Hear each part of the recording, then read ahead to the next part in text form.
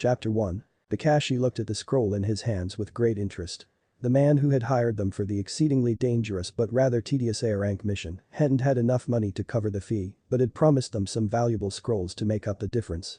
Most of that had gone to Godim to do with what she would, but this. Well, this was a little too interesting to pass up. What is it? Naruto demanded impatiently. You've been staring at that thing for the past hour. I have not, Kakashi lied. Kakashi-sensei's right, Sakura sided with her teacher.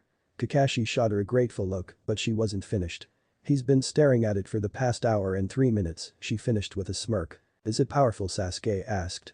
Because if it's not, I've got better ways of wasting my time. At least it's not porn this time, Sakura tried to be positive. Sasuke snorted. I wouldn't be too sure. Kakashi ignored his 3 students, trying to decide whether or not he should share this with them. It was highly irresponsible, of course, and if anyone had thought to do so, it would be highly illegal as well. The man who had hired them clearly had no idea what he was parting with. This scroll contains a time travel, Kakashi said gravely, deciding that since Naruto had finally made good on his age-old promise to kick Sasuke's ass and bring him back home, stopping Madara and saving the world in the process, none of them were really the world-conquering types, and as Naruto didn't believe in revenge, Sasuke had already gotten his, and Sakura really hadn't had anything too horrible by ninja standards happen to her, it was reasonably safe to share. Time travel, Sakura repeated skeptically. I've never heard of anything like that. Even if it were possible, the energy required to use it would just be. She trailed off, unable to think of a way to describe it. Kakashi shrugged. That's the other reason I'm telling you. If the 4 of us do it at the same time, it should be powerful enough. Assuming, of course, Naruto uses the Kyuubi. When would we go back? Naruto asked. Whenever, Kakashi replied. We each have to pick a point in our lives that we— Hell yeah. Naruto shouted, pumping his fists in the air excitedly. Just think of all the people I could help. I could save Haku, an old man, Hokage, and Asuma. And I could help Gaara and Neji and, well, pretty much all my other friends with their various issues that much sooner. And I could kill Orochimaru. Well, it's nice to know you have a plan, Kakashi said, feeling that Naruto was probably getting a little ahead of himself. And who was Haku again? I guess it would be nice to see if I could make a difference by not being useless at the beginning when everything started going to hell, Sakura mused. Sasuke? Kakashi questioned the last member of his initial team. Sasuke smirked.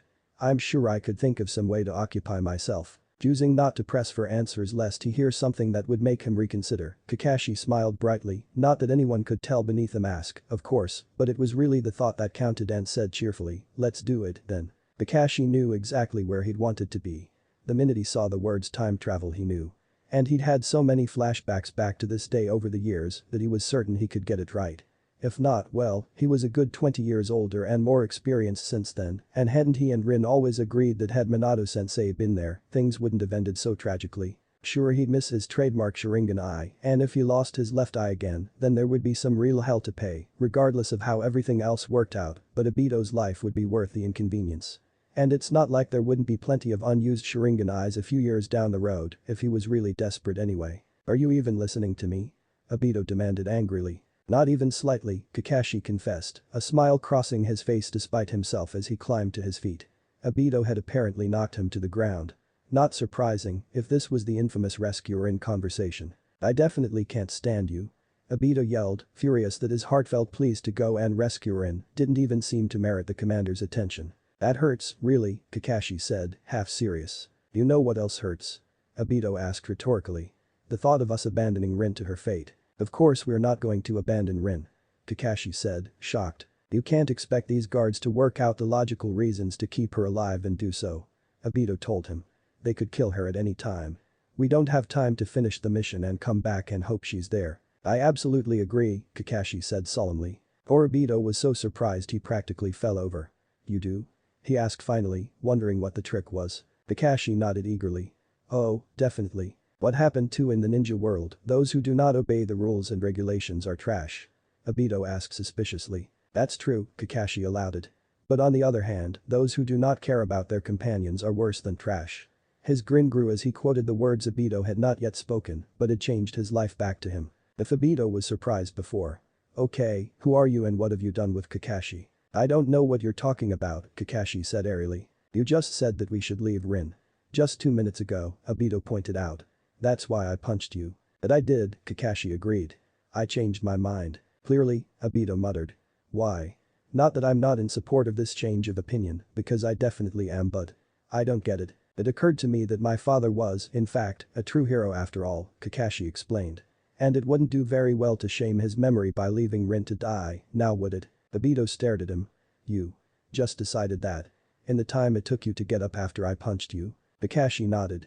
Yes. Maybe you two have therapy jutsu. In fact, I'm nearly positive that you do. Therapy jutsu? Obito repeated, still rather unbalanced from this recent turn of events. Therapy jutsu, Kakashi confirmed. It's when you're fighting someone, they suddenly flash back to their tragic childhood, realize that they were being an idiot and change the course of their life. That sounds kind of unlikely, Obito confessed. Kakashi shrugged. I've seen it happen. Practically every time Naruto got within 2 feet of a fight, really. Well. Okay, then. This is unexpected. Good, but unexpected. Let's go after Rin, then. Obito declared. You know, I had an entire speech planned, too, Obito complained as they approached their destination. It was a good speech, too. But it's like you took the words right out of my mouth. You're imagining things, Kakashi lied, wondering vaguely if he should be concerned how well he remembered what was going on. He wasn't that obsessive, was he? Oh, who was he trying to kid? He relieved this day at the memorial every time he went. Which was every day.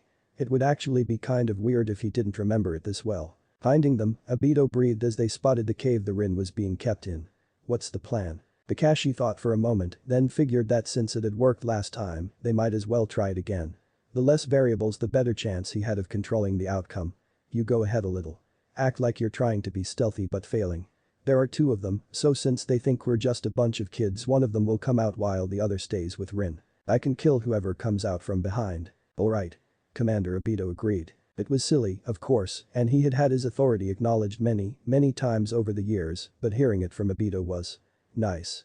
He hoped he'd earn that respect in the next few minutes because he really wasn't sure he could handle losing him all over again. They weren't even that close back when Obito was alive, something he was determined to rectify the minute this hostage crisis was over, but he'd made such a big impact on his life posthumously. Not to mention that while he still felt guilty that his hesitancy to go after Rin the first time might have played a role in Obito's death, that was nothing compared to how hard it would hit him if he knew it was coming but failed to prevent it. Alright, let's go. Obito said, moving close. To where? Taseki asked, materializing right behind Obito as Kakashi knew he would. Quickly, the newly minted Jounin body flickered over to them and held a kunai to Taseki's throat. To rescue our teammate, he answered as he slit the enemy ninja's throat, feeling rather pleased that he'd managed to avenge his eye all these years later. Better watch that talk of vengeance, though. He didn't want to be Sasuke, after all. Wow, Obito said, his eyes wide. He didn't even have a chance to react. That was the idea, Kakashi said dryly. Now when we go in there, I need you to free Rin and get out. Watch out for falling rocks and leave Kako to me. Who? Obito asked, confused. The enemy ninja, Kakashi explained. Why do you know his name? Obito still didn't get it. Because I'm amazing, obviously, Kakashi said coolly. Or rather, because he'd obsessively pieced together what he could about that day in the weeks to follow. That didn't make him sound nearly as cool, though. God, he'd really been spending too much time with Guy, hadn't he? Speaking of, since he wasn't planning on receiving his signature Sharingan this time around, he might actually have to start training with him. Not as compulsively, obviously, but he needed an edge somehow, right? Not the word I would use, but. Let's go, Obito said, running towards the mouth of the cave and immediately engaging Kako. Kakashi groaned. What did I tell him? He's as bad as Naruto, I swear. As Obito was apparently busy, Kakashi hurried to Rin's side and quickly dispelled the illusion and untied her. Rin blinked blurrily. Kakashi. I what? Oh. Her eyes went wide as they found her other teammate. Obito. His eyes. The quick glance confirmed for him that Obito had just awakened his Sharingan. Good. He'd completely forgotten about that in his effort to shut Taseki down quickly and not lose his precious eye. Still, he'd better lend a hand. Are you okay to walk? Kakashi asked. Yes, Rin nodded, getting shakily to her feet. Wait near the exit for us, Kakashi instructed. It shouldn't take long. Without waiting to see if she'd listen he knew she would, of course he turned towards the battle and threw a shuriken at Kako. He dodged it easily, but that gave Obito an opportunity to knock him down. We did it. Obito beamed when he didn't get up after several moments. Knowing that Kako was either faking or would be regaining consciousness shortly, Kakashi shook his head grimly. Not yet. Chidori. He cried as he killed Obito's would-be murderer. Minato-sensei said not to use that, Obito pointed out. I've completed it, Kakashi replied. In one day. Obito couldn't believe it. Is that any harder to believe than me changing my entire belief system in the course of one punch? Kakashi asked rhetorically as he and the very much alive Uchiha made their way out of the very much not collapsing cave. Hey, don't diss the therapy jutsu. Obito laughed. Wouldn't dream of it, Kakashi promised. Guys. Rin piped up.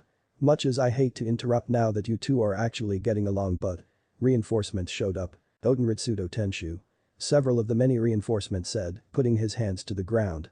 Recognizing that as the one that had led to Obito's death, Kakashi quickly grabbed both of his teammates and hightailed it out of the path of the collapsing cave. Once he was clear, he grabbed Minato's special kunai and threw it. With any luck, his sensei would soon appear and. There he was. He had a really fast response time, didn't he? But then, since he wasn't supposed to know what the kunai did and it was shaped weird, he probably assumed Kakashi wouldn't use it if he wasn't out of options. Wow. Sensei is awesome, Rin said, watching Minato take down opponent after opponent and showing them exactly why he was known as Konoha's Yellow Flash. You think that's cool? Obito asked. You should try watching it with a Sharingan. Now that's cool. I know, Kakashi agreed, remembering several times when he'd done just that. What? Obito asked. I said I'm still waiting for that you made Jounin present. I'm very proud of all of you, Minato told them as they made camp for the night. Rin, even though you were captured and tortured under, you did not reveal anything to the enemy. Obito, you found your courage, awoke your Sharingan, and proved yourself as a truly capable shinobi of Konoha. And Kakashi. I honestly never thought I'd say this, but you have learned the true meaning of teamwork. What about our mission? Rin asked. We kind of forgot about that. Minato smiled warmly at them. Unexpected delays happen all the time on missions. I took down the shinobi I needed to, so I can join you on your part tomorrow. The Kanabi bridge is so going down, Obito declared boldly. I bet I'll destroy it first, Kakashi challenged impulsively. Oh, you are so on, Obito said heatedly. Oh, that reminds me, Kakashi said suddenly, turning to his female teammate. Rin, Obito's totally in love with you. It wouldn't do to let Obito die without telling her how he felt again, now would it? Really, he was doing Obito a favor. What? Rin asked, surprised. Kakashi. Obito shouted and lunged at his friend. Kakashi smiled to himself as he ran from the enraged Uchiha. That had worked out very well. Better than he'd hoped, even. Not only was Obito alive, but they were well on their way to becoming friends and were reminding him so much of Naruto and Sasuke's rivalry that it was ridiculous. With Obito not having died for Rin's sake, she wouldn't be all depressed and go off and get herself killed. If Obito could be convinced to leave the Uchiha compound before the massacre, he knew the date, having dealt with Sasuke for years, and was not above resorting to kidnapping to keep Obito safe that night. Maybe Obito could even take in Sasuke, so he'd stop brooding so much about having no family. He wasn't quite sure what to do about Minato, but since he knew about Madara and that was the only reason the Kyuubi attacked, well, he had a few years to figure something out. If nothing else, he could always take Naruto in if there was nothing to be done for Minato or Kushina. Speaking of his former future students, for he would, of course, have to take them if only for old time's sake, he wondered what they had used their chance to time travel for. Surely they were using it for a noble purpose like he was. Right. On the other hand, perhaps it was for the best that he'd never know. Chapter 2. When Naruto heard about the chance to change the past, his first thought was well, my childhood sucked so I might as well skip on to my genuine days. He realized something, though. While Sakura's fangirling was annoying, especially as he was no longer blindly infatuated with her and liked her as a person now, it was nothing compared to Sasuke moping about revenge all the time. What's more, having to waste 4 years of his life tracking Sasuke down was kind of a drag and he didn't want to go through that again. And what on earth had the boy been thinking to go after Orochimaru all people? For God's sake, the snake was even more of a pervert than Jiraiya as far as Naruto was concerned. Granted, he didn't go around spying on hot springs, not that Naruto knew of, at any rate, or declaring himself a super pervert, but then again at least Jiraiya didn't regularly go around giving hickeys to prepubescent girls and boys before convincing them to go live with him. So instead of starting at 12, Naruto elected to start at 8. Surely he could put up with a measly 4 years of continuing to be alone.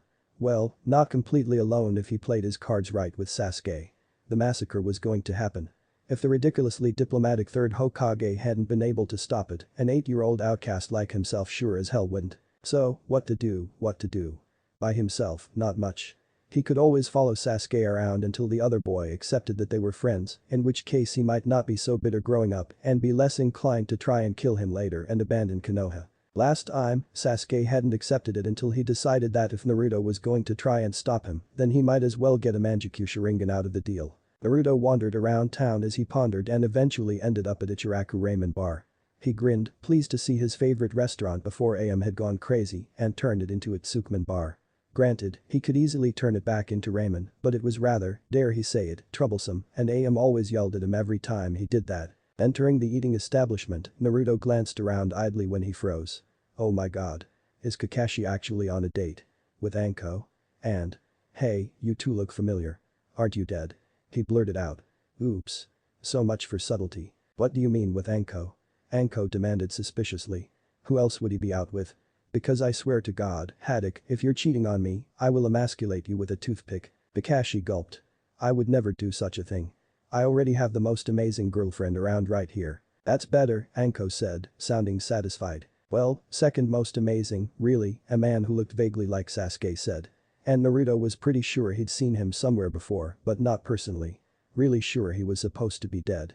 Oh, well, it was possible he died sometime in the next 4 years or so. After all, she's not Rin. Eye twitching, Anko reached for a kunai. Don't mind him, the brown-haired woman Rin interceded smoothly. He's clearly beast. Now that that's settled, there's something I need to talk to Naruto about. I shouldn't be long, Kakashi promised as he stood and practically dragged Naruto over to an empty corner of the room. Well, what have you got to say for yourself? What do you mean?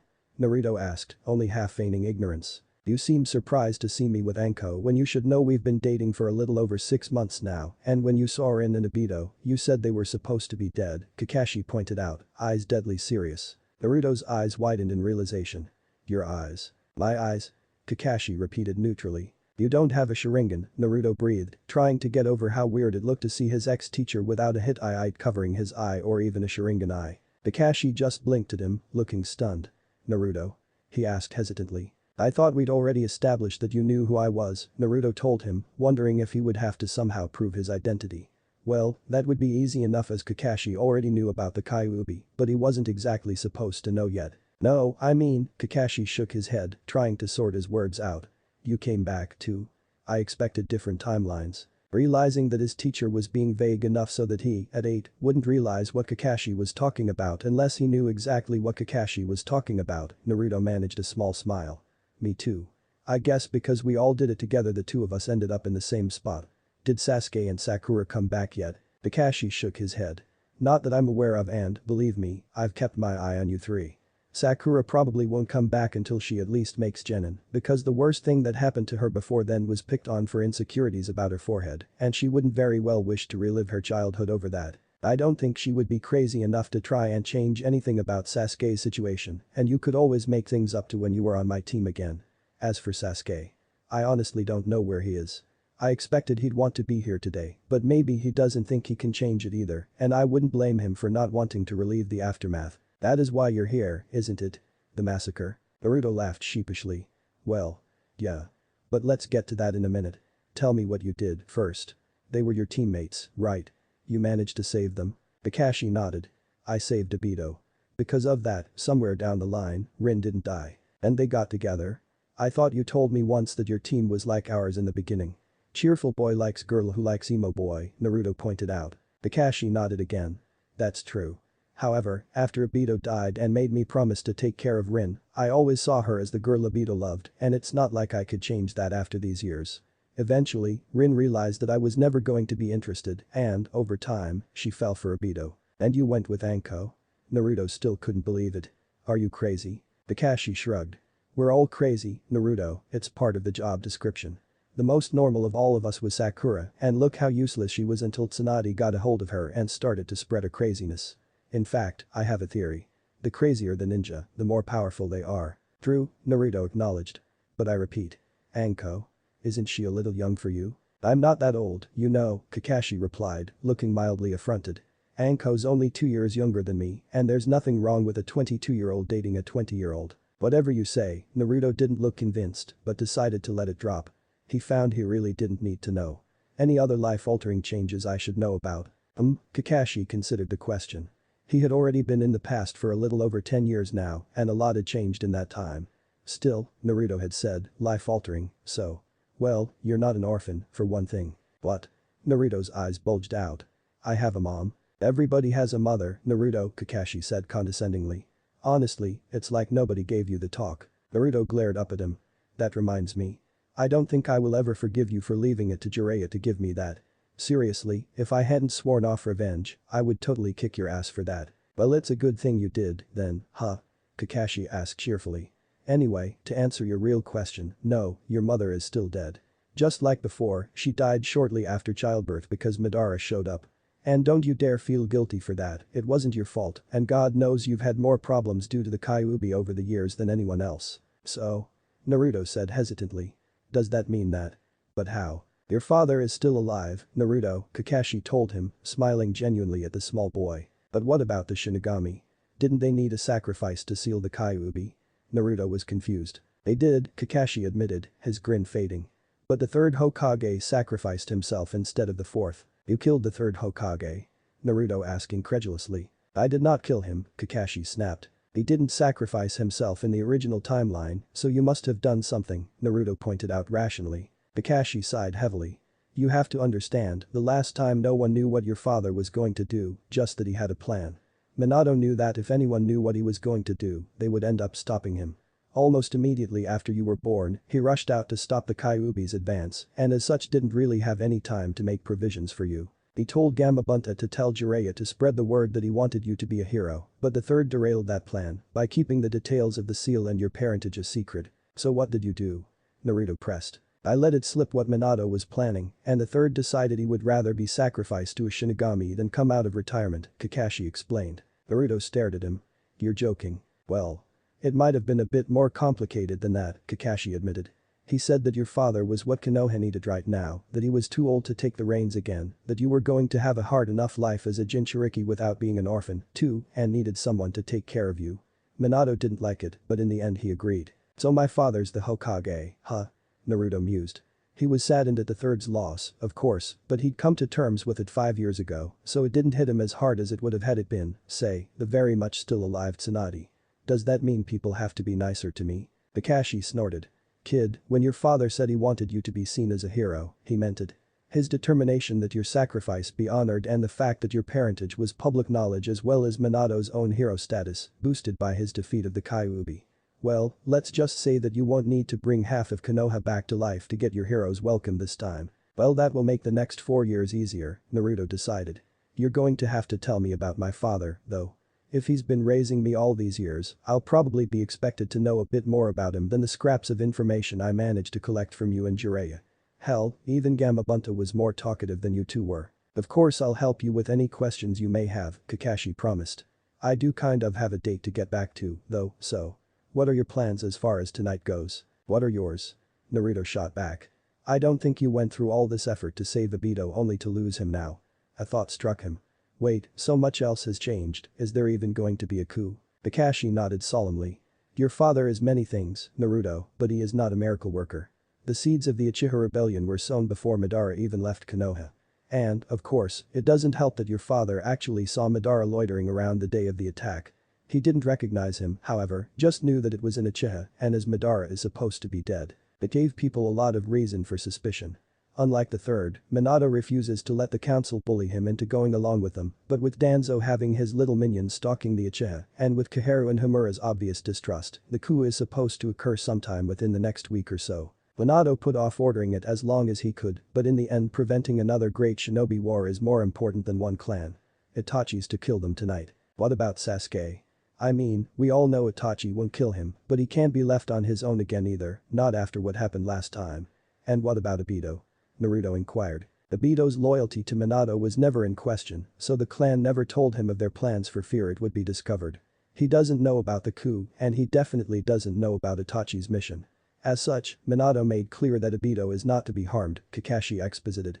I'm going to keep Obito away from the compound tonight so he won't get in the way. He actually found his own place and is in the process of moving out anyway. And as for Sasuke. Well, Obito will probably end up taking him in as he'll be his only remaining family member still in Konoha, and that way the both of us will be able to keep an eye on him and hopefully stop him from going off the deep end as far as revenge goes. Then what in the world am I here for? Naruto asked, frustrated. I didn't come all the way back here just to serve as Sasuke's moral support, which he won't need anyway once he comes back. He smirked as an idea came to him. Hey, whatever happened to Orochimaru? I know my Father wouldn't spare him out of sentiment like the third did, so did he die, remain in Konoha, leave and join Akatsuki again. What? Kakashi frowned, unsure about the sudden change in topic. When Orochimaru's treachery was discovered, your father fought him and managed to drive him from Konoha. He would have killed him, but Orochimaru used his summons to start attacking Konoha, and by the time your father had brought out his own summons and turned his attention back to the battle, Orochimaru had managed to flee. I see, Naruto's smile was downright evil. What are you planning? Kakashi asked reluctantly, nearly positive that he did not, in fact, want to know. I don't actually know Itachi very well, but if nothing else I feel sorry for him for having to actually willingly spend time with Madara, Naruto shuddered. Total prick. And crazy as hell to boot. Besides, all things considered, he really didn't deserve what happened, and Sasuke probably wouldn't have been so traumatized by the massacre if it weren't for the fact that it was Itachi's doing. And if he had a good reason to hate Orochimaru, he wouldn't have gone off the train under him, gone off the deep end, and started working for Akatsuki. What are you saying? Kakashi asked carefully. Let's blame everything on Orochimaru. Naruto suggested brightly. Later that night, Naruto was really starting to regret his plan. Of course, it was still his best chance of actually changing anything, but since the Sharingan could see through illusions, and he'd need to fool Itachi or else face some very awkward questions, he'd had to actually transform himself. The only technique he had that did that was his Warak no Jutsu and its variations. So he had managed to transform himself into Orochimaru. As a girl. Granted, Orochimaru had been a girl before. In fact, he was fairly sure Orochimaru had been a girl when he killed the third, but it was still weird. Of course, he really did have better things to worry about than that, but it was better than reminding himself, again, that as much as he wanted to, he couldn't help the people he saw screaming for help as Itachi methodically cut them down. Finally, he was done. And just in time, too, as Naruto heard the distinct sounds of an angry mob coming up the street. He wondered briefly what Kakashi had come up with to get a lot of witnesses over to the Uchiha compound at 3 in the morning, but figured he'd probably find out soon enough. Itachi's head snapped up, startled. The Uchiha district was rather isolated from the rest of Konoha, half the problem, really, and there was no reason for anyone, let alone a lot of anyone's, to be here. Right on cue, Naruto jumped down in front of Itachi just as the first of the crowd came into view. Sure enough, Kakashi was being chased by a large crowd of angry people, mostly women. What? Itachi began. How dare you break into my house to peep at me? One of them screamed. How do you always get me into these kinds of situations? Obito lamented. I'm going to kill you, you boss Orochimaru. Anko gasped, stunned. What the hell are you doing here? Ah, Anko, my dear, it's been too long, Naruto greeted her amiably, his eyes never leaving Itachi's. How's the curse seal holding up? Any problems? You have a lot of nerve coming back here after what you did, she growled. Yes, I get that you're upset. We'll settle this later. Right now, I'm here for one reason and one reason alone. Naruto exclaimed. And that is? Itachi asked quietly, dropping into a defensive stance. Naruto marveled at the fact that Itachi was so quick to defend the village that it asked him to kill 318 of his family members not 2 minutes before and his best friend before that to gain the necessary power. The Sharingan, of course, Naruto explained patiently. With that, I could learn at any time. With very little effort on my part. Of course, those pitiful fools had to charge at me, trying to arrest me for treason or some other such nonsense, and so I killed them all. No matter, though. I'm sure your eyes will more than suffice. You killed the Uchiha? Kakashi asked, sounding horrified. You're a monster. I am above such plebeian labels, Naruto sniffed. He had to give Itachi props. Aside from a slight widening of the eyes, the Uchiha gave no indication that he was as confused as the rest of them, if not more so, because he knew what had actually happened to his clan and knew that Kakashi knew as well. Now, Naruto didn't actually really remember what Orochimaru used to fight other than dead people and summons, but since he was supposed to be after everybody out there, he figured that gave him some leeway. He figured he might as well start with the Earth Clone technique he was fairly sure he'd seen Orochimaru use and go from there. After fighting Itachi for a few minutes and 13 or not, the boy was good. The crowd snapped out of their stupor, remembered that most of them were ninja, and started attacking Naruto as well. I'm sorry I'm late, Naruto heard Sasuke's slightly breathless voice from the back of the crowd. What's going on? What's this? Another Uchiha? Naruto asked, sounding positively delighted. I was so afraid that I had managed to kill all of them, so this boy would be my only option as a host, but now I see that there is a spare. How wonderful.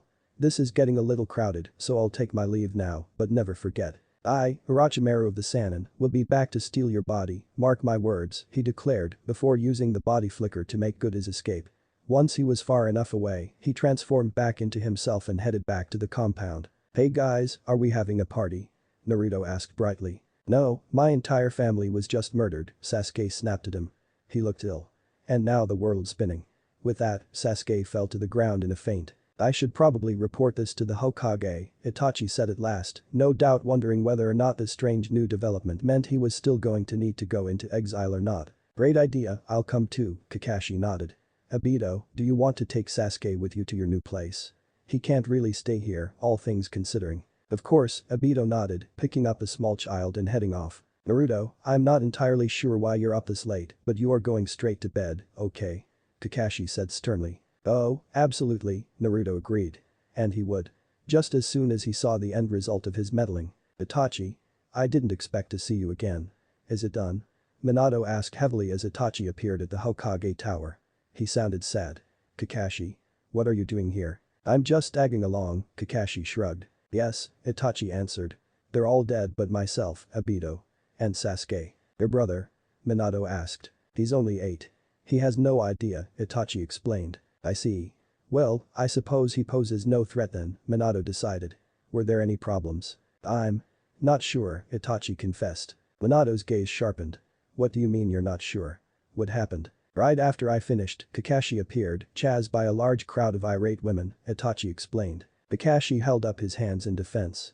I had completely forgotten that was happening tonight, he lied. Minato looked skeptical, but nodded. Then what? Then Orochimaru appeared, claimed he had killed everyone and was planning on stealing my body. We fought, then he left after Sasuke showed up. Said now he had a spare in case he couldn't possess me, Itachi explained, sounding mildly outraged at the thought of Orochimaru doing that to his little brother. Orochimaru? Minato's eyebrows rose. He took credit for killing everyone in front of a large crowd of witnesses. Are you sure it was him? Itachi coughed. Well, actually it was a woman, but there was no illusion, and Anko identified him as her former mentor. I see. Minato trailed off.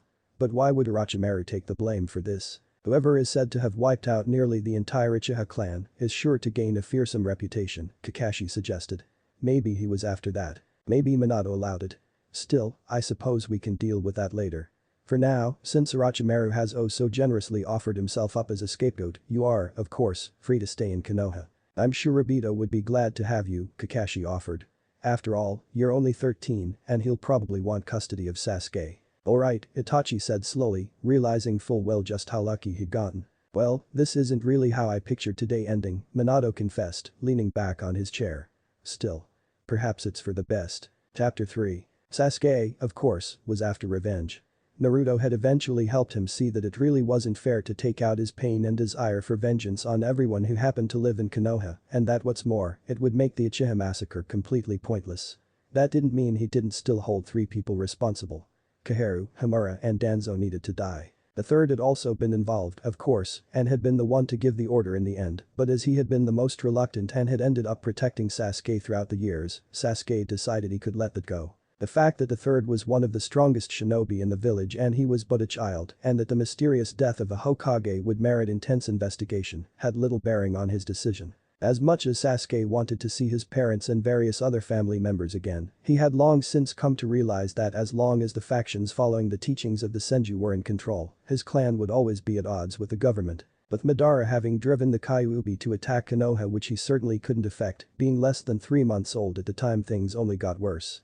If Itachi couldn't stop the attempted coup, then he certainly couldn't and it wasn't worth the chance to see his clan again to have to watch Itachi destroy them and abandon him again. So Sasuke had elected to come back at 11.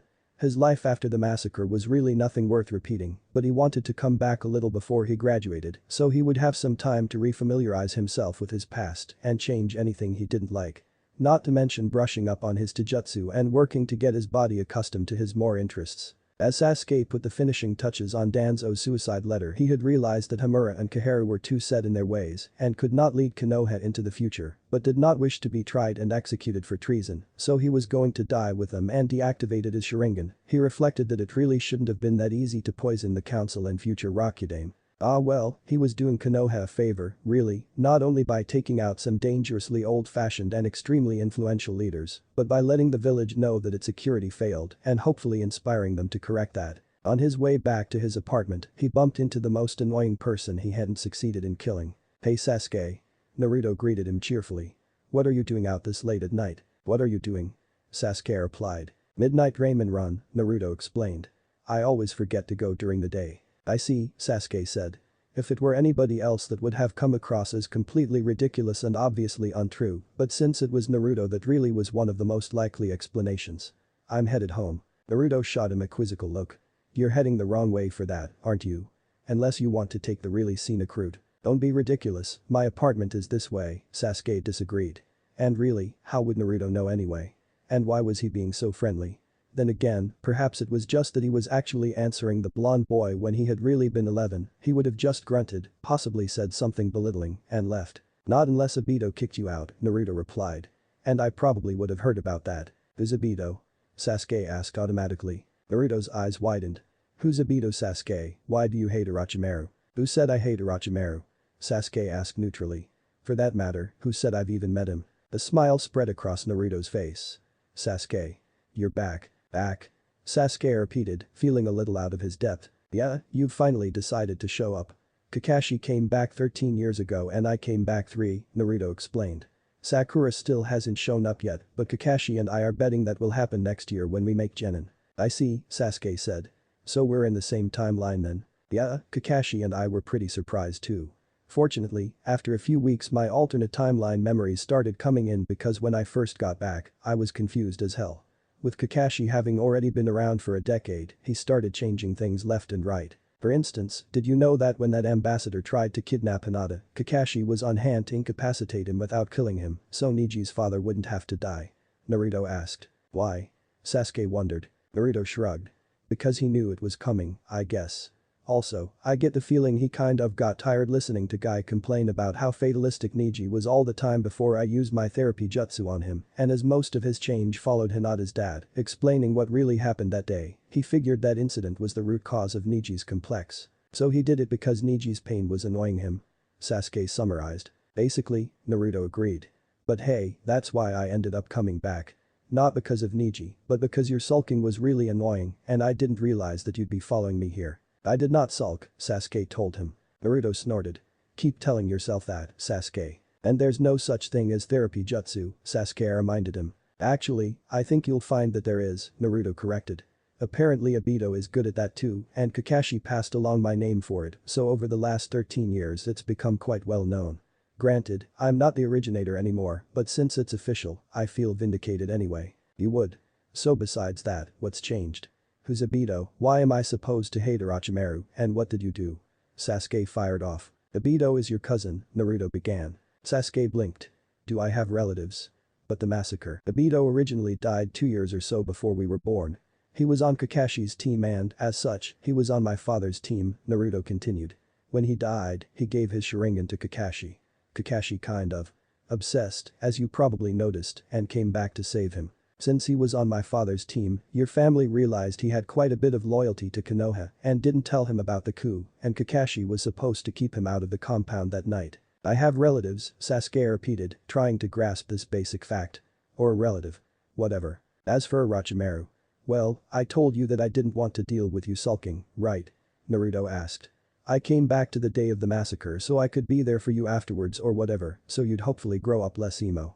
I ran into Kakashi and he filled me in on what had been going on. Since Obito would probably end up taking you in as you were kind of lacking in family which he did, I decided I didn't want my trip to be worthless, and so we ended up blaming everything on Orochimaru. Blaming what on Orochimaru? Sasuke asked, confused. Naruto's grin widened. The massacre. You. Sasuke trailed off. You blamed the Uchiha massacre on Orochimaru? How? Why? And what happened to Itachi, then? I used my Warrick no Jutsu to turn myself into Girl Orochimaru, Naruto began. Seeing Sasuke cringe, he continued, I know, gross, right. Had to be done, though. Trying to explain why I was framing Orochimaru might have led to some awkward questions, and the Sharingan can't see through illusions, so I had no other choice.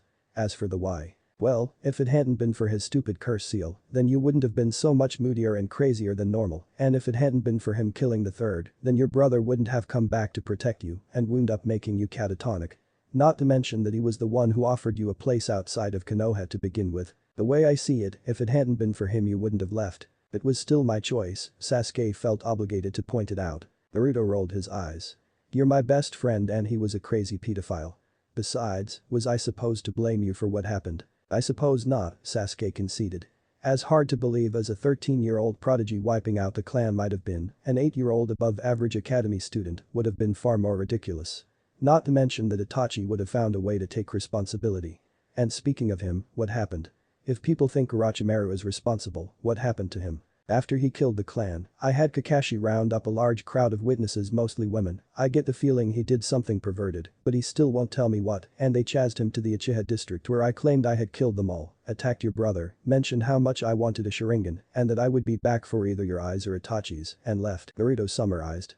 Since everyone thought Orochimaru was responsible and your brother had heroically managed to fend him off, there was no need for him to leave, so he lives with you, Obito, and Rin. He's still really stoic whenever you don't happen to be in the room and doesn't like talking about the Uchiha or the massacre, but it's not nearly as bad as before. Sasuke stared at Naruto. Don't take this the wrong way, but I think I love you. Naruto laughed. I won't, don't worry, but Kiba might. He couldn't understand why I was so determined to bring you back after you were being such a moron, so he eventually decided I was in love with you. Sasuke twitched. I never liked Kiba. When you two got together, you were 5 times as bad. I'm sorry to hear that, Naruto said, not looking sorry at all. Especially as you're going to be seeing a lot more of him as your brother's dating his sister. What was that? Sasuke asked, sure he'd misheard the other boy. Your brother is dating Kiba's sister, Hana, Naruto said again. Why? Sasuke demanded. Naruto shrugged. Who knows how love works? Obito married his other teammate, Rin, and Kakashi's dating Anko. Anko? Sasuke narrowed his eyes, trying to remember her. Wait, wasn't she that insane proctor for the second stage of the Chunin exams? Yep, Naruto beamed. He didn't want to propose until either you or Sakura got here, and he'll actually get married once the team is back together. Anko kind of scares me, but she's pretty awesome. She can make a weapon out of anything. You two get on quite well. What could we possibly have in common? Sasuke honestly couldn't think of anything. And why do we even know each other? Well, she's your guardian's best friend's girlfriend, and they double date a lot. Anko was also Orochimaru's apprentice that he gave the cursed seal to and abandoned. You two often have long in-depth conversations about how much you hate him and plot out various revenge scenarios, Naruto offered. And trust me when I say that those greatly disturb everyone else. Sasuke considered that. Well, it's true that I haven't forgiven Orochimaru for not only presuming to take my body, but for interrupting my fight with Itachi and driving him to death by exhaustion that much faster, so I suppose I can work with that. Naruto groaned. Of course you can. Seriously, is it even possible for you to be happy without having someone you need to seek revenge on? I don't know, Sasuke confessed. But why mess with success? Because it's a pain in the ass for the rest of us, Naruto complained. Speaking of, why did you decide to come back? It had something to do with vengeance, right? But of course, Sasuke looked surprised that Naruto even had to ask. Even if reluctantly admitted that maybe the citizens of Konoha deserve peace after the massacre, the council and Danzo do not. You killed them? Naruto was shocked. They were meeting to discuss Konoha policy. I poisoned their tea, then used the Sharingan to fake a suicide note from Danzo, Sasuke explained. For the love of God, Sasuke, do you know how people are going to react to that? You can't just go around killing village elders every time you feel like it. Naruto burst out. I just did, Sasuke pointed out. But no worries, I feel justice has been served by Konoha as far as the massacre goes, so I see no reason to go after any other elders or the Hokage. Madara, however. Good, Naruto said. Because if you went after my dad then I might need to rethink that no revenge thing. Your dad? Sasuke was surprised. Isn't he dead? Kakashi meddled and so the third sealed the Kyuubi, Naruto explained. Kakashi killed the third. Sasuke couldn't believe it. Naruto smiled. That's what I said too. He claims that Sandai made his own choices. Speaking of people making their own choices, like it or not, your brother made his as well. Are you sure you're going to be okay facing him again? Because remember, you're not supposed to know that he's the one who killed your clan, and neither am I. Only my father, Kakashi, and Jiraiya are supposed to know since you killed the Unholy Alliance. The what? Sasuke blinked. That's Kakashi and my codename for the council and Danzo, Naruto explained. Since they always disagree with dad and always side with each other. I think I'll be okay, Sasuke decided. Right or wrong, I forgave Itachi after I found out that Konoha had ordered him to do it, so as long as I don't slip up and mention that I know it was him, I should be good. I don't see why we'd talk about the massacre even if I did know, because I still don't feel that they deserve to die, so it would just end up being very awkward. That's probably for the best, Naruto agreed. Madara's really good at framing his explanations, so you'll immediately change long-held beliefs over the course of a conversation, huh? It's kind of like my therapy jutsu, but the opposite. Giving people issues jutsu? That's not nearly as catchy. Yeah, Madara was pretty good at that, Sasuke nodded. Crazy as hell though. Seriously, the moon. I know, Naruto said. It's kind of a wonder someone that insane managed to keep it together long enough to convince so many other people to follow him. Well, most of those people were also insane, Sasuke pointed out. True, Naruto conceded. So do you have any more questions for me or do you want to head back? What's our relationship supposed to be like? Sasuke inquired, honestly curious. He was sure that Naruto had tried to make friends with his younger self, but he was equally certain that little him wouldn't be very receptive. The same as it always was, I guess, Naruto decided. In this timeline, I always knew Kakashi as he was my father's student and nostalgic, and after I got back, I tagged along when he hung out with Obito, and so eventually you were forced to admit we were friends. We probably will never act like normal friends, but then neither do Ino and Sakura, and they managed to be functional. That would depend upon your definition of functional, Sasuke said dryly. So, are you planning on doing anything about the fact that I killed them? Naruto sighed. I do not approve, obviously, especially as this was murder, no other way of looking at it. We'll have to tell Kakashi, obviously, but other than that. Well, I suppose I'm just glad you stuck to the agreement we made about not trying to destroy Konoha anymore. Thank you, Sasuke said sincerely. Then a thought struck him. Hey, since I won't be getting new memories for a few more weeks, what's this cousin of mine like, anyway? Well, he's a lot like me, for one, Naruto answered. You know, on the other hand, maybe I should turn myself in.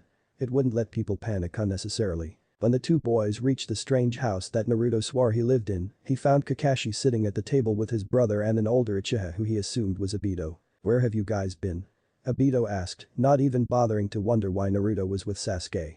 Apparently they really were friends. I was on a midnight ramen run when I ran into Sasuke training, Naruto lied. I made him come with me, but we got held up when he burned his mouth and swore vengeance. I see, Obito said. Apparently that wasn't a novel occurrence. Oh, Kakashi?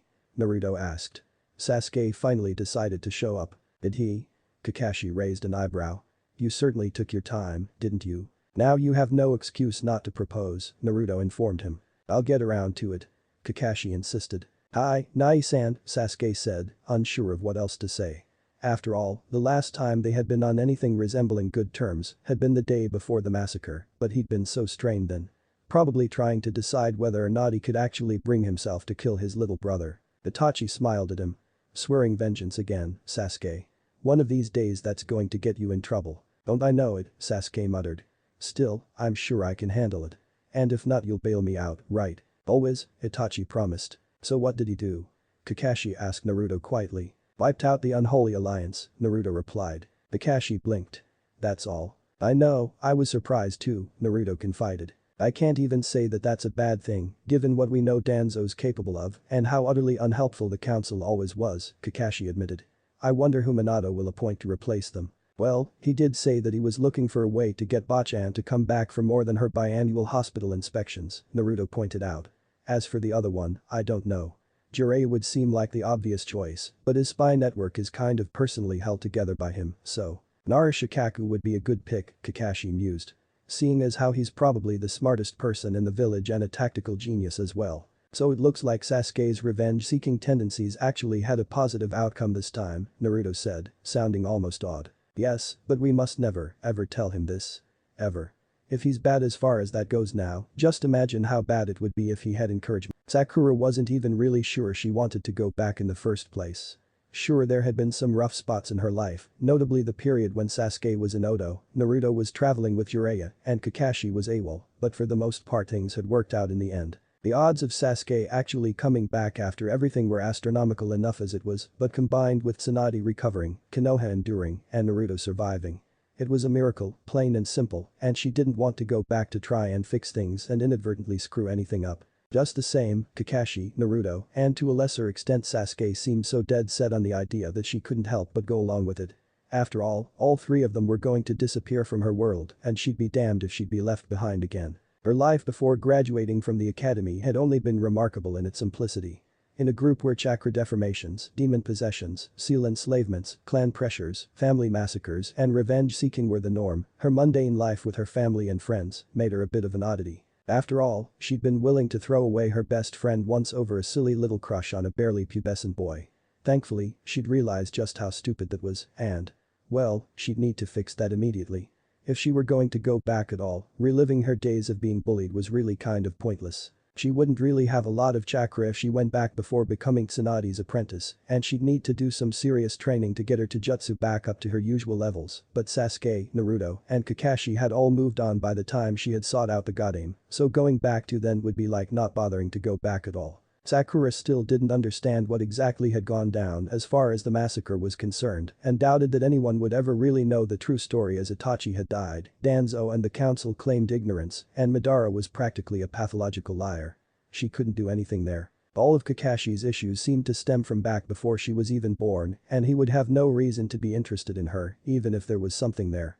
Naruto had been neglected his whole life, but he'd managed to cope well enough that waiting until she graduated wouldn't really do any harm. Sakura woke up early the day after the graduation exam, and when she absently ran her fingers through her tangled hair, she was surprised at how long it was. She let a smile across her face as she remembered Ino telling everyone that Sasuke-kun only liked girls with long hair, right after she'd decided to grow hers out. Sakura, like everyone else, had believed her, which was funny looking back on it, because as far as she knew Sasuke's two biggest requirements for a girl he could potentially be interested in were not being useless or a fangirl. Which at the time, among the girls they knew, basically meant Tenten. Of course, Sasuke barely knew her, and she was obviously going to end up with Neji, so it's not like that would have worked out even if Sasuke hadn't up and left. Sakura searched around her room until she found a kunai half hidden under her bed. Just like before, she was a kunoichi reborn and wanted to look the part. She went to the bathroom and, holding her hair about the trash can, mimicked her initial change from rather sheltered little girl to determined ninja in training. After evening out the ends a bit, she eyed a reflection. Not bad. She looked a lot more like she remembered now, even if she was younger. Longer hair had always symbolized her fangirl days to her, and she was glad to be rid of it. Unfortunately, her wardrobe left much to be desired as the long dresses she had worn for most of her time as a genin really weren't the most practical for the life of a shinobi. Still, it was only the day of the initial team meeting, and as the survival training would be the day after, she figured it would be fine if she went and bought some shorts after she was dismissed for the day. Sakura's mother stared at her when she went down to the kitchen. "What's for breakfast?" she asked brightly. "I'm starving. I thought you were on a diet." Her dad asked without looking up from his meal. "I was," Sakura admitted, feeling a little embarrassed at her childhood silliness. "But then I realized that I'm going to need energy if I'm going to be a kunoichi, and all the exercise I'm sure to get will more than burn off any unwanted calories." "What happened to your hair, Sakura?" her mother asked as she placed her breakfast in front of her. "I cut it," Sakura said simply. It seemed kind of obvious. "I can see that. But why?" her mother pressed. Sakura shrugged.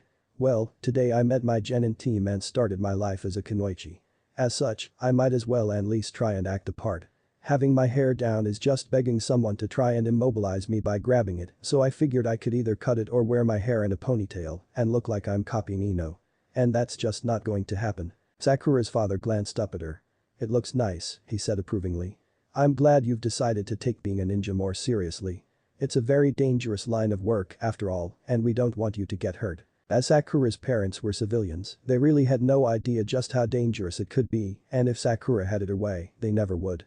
Last time it had taken Pain's total annihilation of Konoha before they had had an idea of the kinds of things she had routinely gone up against. "Don't worry," she assured them. "I'm sure our instructor will be more than capable. Even if he was lazy. And a pervert." And she never really did understand why he wore a mask all the time. Granted, she was so used to seeing him with it that when she had seen him without it, it had freaked her out, but she'd seen his genin picture and he'd been wearing one then, so when had he started? And why? "I will need to go shopping when I get back to get some shorts and things to wear that won't get in the way. But you look so cute in that dress," her mother protested. Sakura rolled her eyes. "I'm sure I can look cute in more practical clothing, Mom, but even if I don't I'm not there to be eye candy. Not this time." Sakura was hurrying towards the academy, deep in thought, when she crashed into someone. "I'm sorry," she said automatically. "Don't worry about it," Itachi assured her with a smile. "It was an accident." "Wait. What? Itachi?" Sakura shrieked. "Yes, do I know you?" he asked, tilting his head quizzically. "I what? How? Why are you here?" Sakura demanded, not answering the question. Fortunately, he was not wearing his usual Akatsuki cloak or she probably would have passed out from shock. It was close, though. "I am escorting Kakashi to the academy as Anko and Obito are both on a mission, and if left to his own devices, Kakashi would probably show up sometime this afternoon," Itachi explained. Sakura managed to tear her eyes from Itachi's. They were black, not Sharingan red, which was another surprise, and saw that not only was Kakashi standing behind Itachi, but Sasuke and Naruto were too. All three members of her future team were looking at her curiously. Anko. My fiancé, Kakashi explained. You're getting married. Okay, now that was almost stranger than Itachi's presence. Right after the Chunin exams, Kakashi confirmed. Hey Sakura-chan, Naruto said suddenly. Do you think Shikamaru is more likely to end up with Temari or Ino? Temari, for sure, Sakura replied automatically. She's in Konoha far too often for it just to be diplomatic, and besides, I think Ino's got a thing for Sai. Suddenly, she realized where she was or rather when and stammered out, I mean, welcome to the party, Kakashi greeted her, looking like he was smiling behind his mask. Sasuke, you owe Naruto and I 500 Ryo each. I know, Sasuke grumbled, reaching into his pocket and pulling out the stated sum before shoving it towards the winners of whatever little bet they had going. Damn it, did she have to be so predictable? You're the one who bet against it, Kakashi pointed out. Well, I thought any day, but today was pretty good odds, Sasuke said defensively. Maybe if you hadn't run off to go be a moron, then you'd know Sakura-chan better, Naruto told him. What the hell is going on?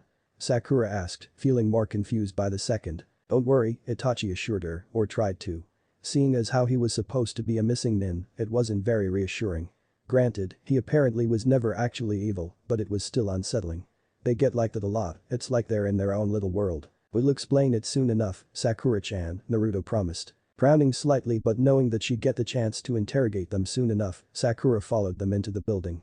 Iruka was standing in front of the class, trying to get them to quiet down, which was no easy feat considering they were all so excited to have finally passed. Well, kind of passed. Okay, so everyone's here except.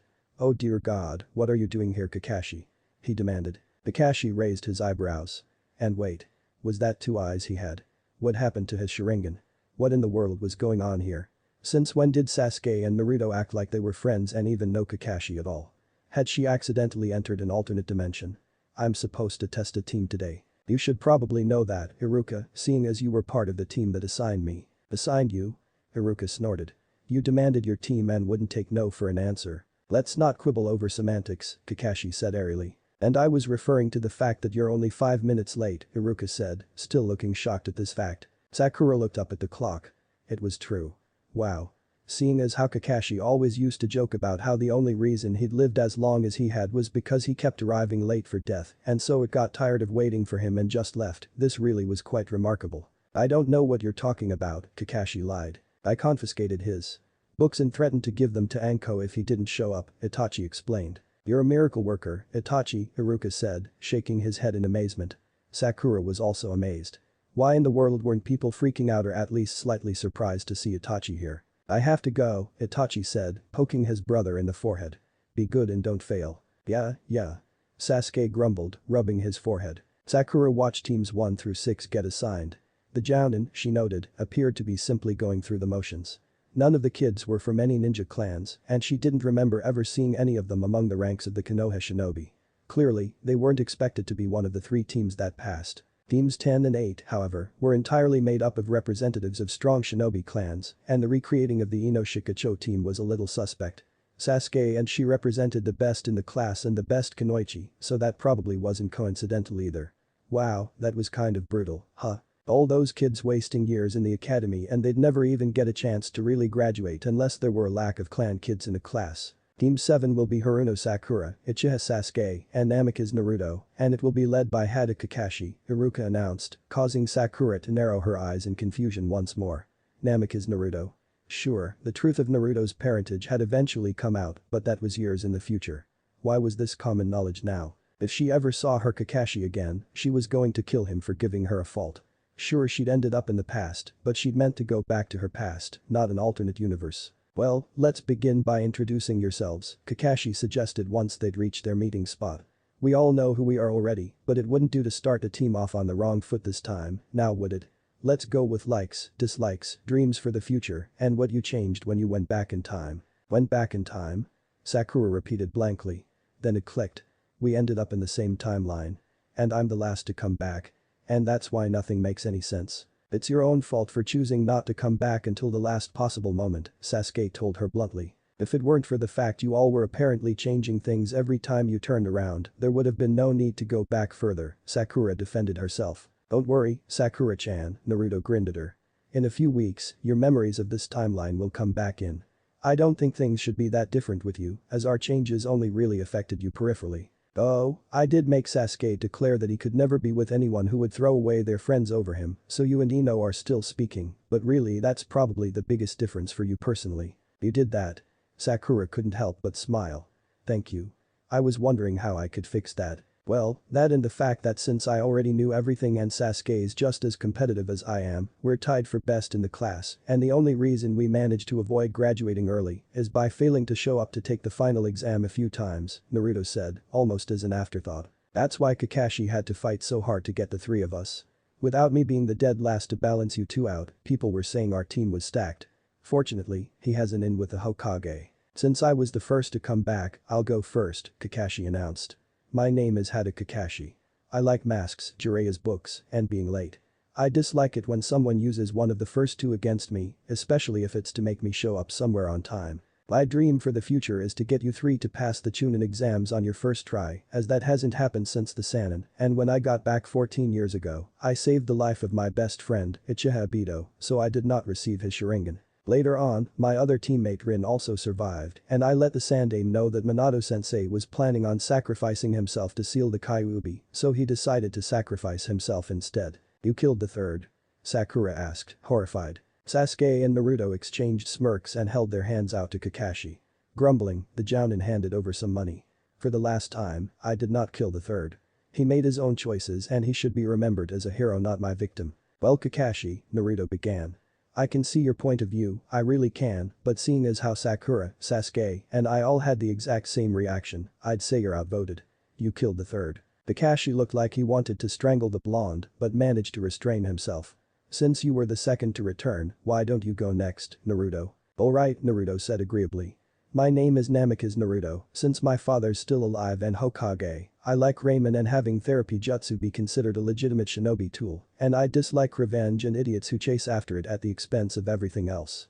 My dream for the future is, of course, to be Hokage and also to be able to help all of my old and future friends. When I came back, I impersonated Orochimaru and claimed credit for the Uchiha massacre in front of a large crowd of witnesses Kakashi had managed to round up, causing Sasuke to become obsessed with revenge on the snake pedophile until he came back. So that's why Itachi's here?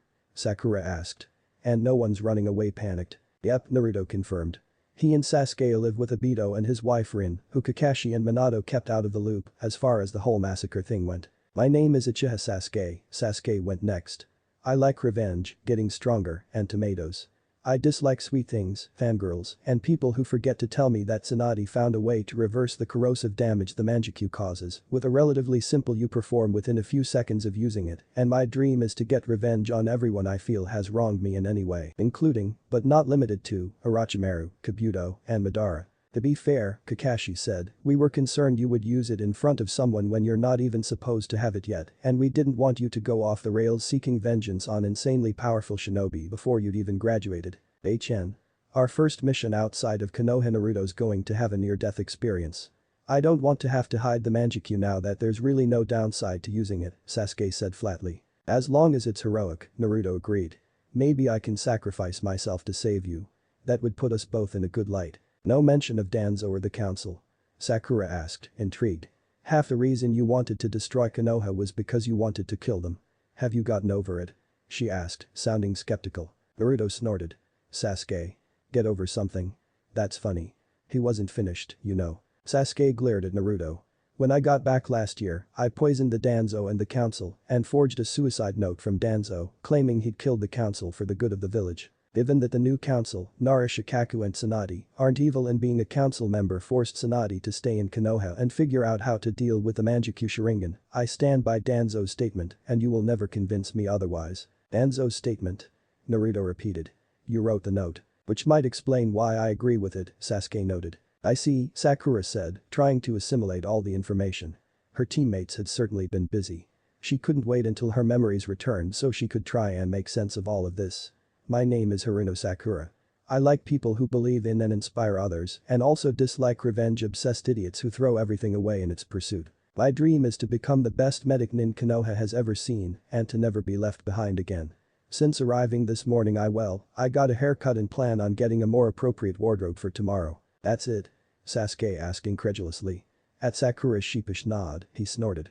So even though you came back in time for the sole purpose of not being useless, when it came to making changes you still ended up being pretty useless. I've only been back for a few hours, give me a break.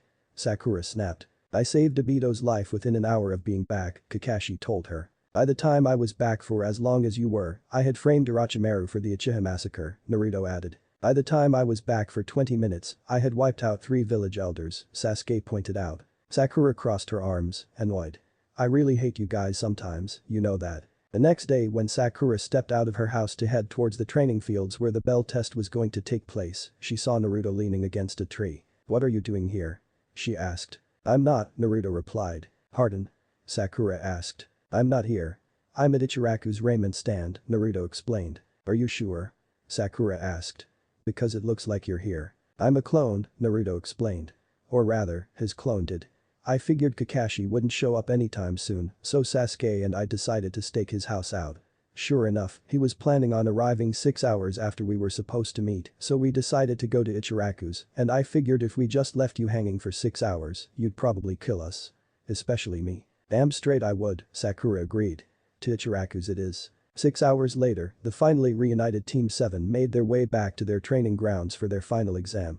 Of course, they knew Kakashi would pass them either way, and Naruto's dad, who was apparently still Hokage, was sure to be pissed if his son was failed by his former student, but it would still be nice to get those damn bells for once. Especially as Sakura was sure Kakashi had made sure to be completely up to date on Jiraiya's novels, so Naruto couldn't threaten to spoil them and have got the bells that way like last time. You know the drill, Kakashi said, sounding bored. I have 2 bells. You need to get them before noon or you suck. He reached down to pat the bells attached to his belt, only to realize they weren't there. Where are they? You mean these bells?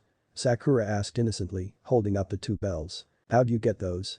Kakashi demanded. I stole them during brunch, Sakura explained. The test hadn't started yet, Sakura, Kakashi reminded her. In the shinobi world, playing fair won't get you very far, Sakura countered. And I did get them before noon. And what's more, I'm going to give them to my teammates as I don't want them to fail. With that, she placed one in Naruto's hand and the other in Sasuke's. Kakashi groaned. You know, if you had just told us you had them at the restaurant, we wouldn't have had to come all the way out here. Fine, whatever, pass. I'm sure you're all shocked. How's that for useless? Sakura asked triumphantly. Chapter 5. Team 7, Minato greeted them as they stood in front of him to receive their next mission. You have managed to fail every single D-rank mission we have. What do you have to say for yourself? That takes talent. Naruto volunteered. Naruto, Minato said sternly. What? Have you ever tried to fail at some of those?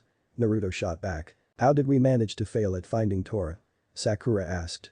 Since we did, in fact, find Tora. That cat hasn't been the same since you brought it back and, from what I hear, practically has a panic attack every time it spots one of you, Minato pointed out. That's very strange, Sasuke said neutrally. I'm sure it is.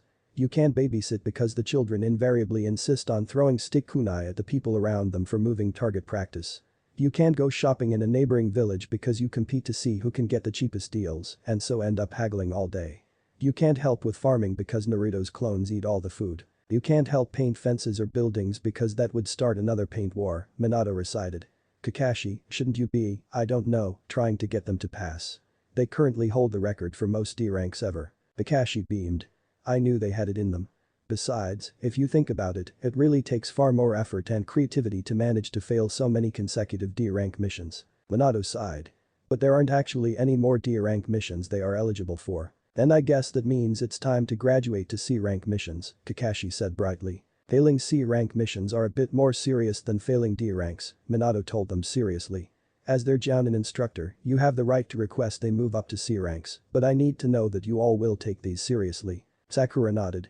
Absolutely. HN, Sasuke grunted in agreement. Dibs on any escort missions to Wave, Naruto called. Minato blinked. It just so happens that there is an escort mission to the Land of Waves. Naruto, have you been sneaking looks at the mission scrolls again? No, Naruto denied, sounding far too innocent to be believed. Kakashi? Minato asked. We'll take it, Kakashi replied. Alright, I'll just let Tazuna know, Minato said, writing their team down on the mission roster and calling in the old bridge builder. What's this? Tazuna asked, taking a swig of his bottle. They're all just a bunch of super brats. Especially the short one with the stupid face. That's my son, you know, Minato informed him, sounding amused. I mean, I feel confident that Konoha will be able to provide me with a competent force to protect me on my journey home, Tazuna immediately backtracked. Naruto smirked at him.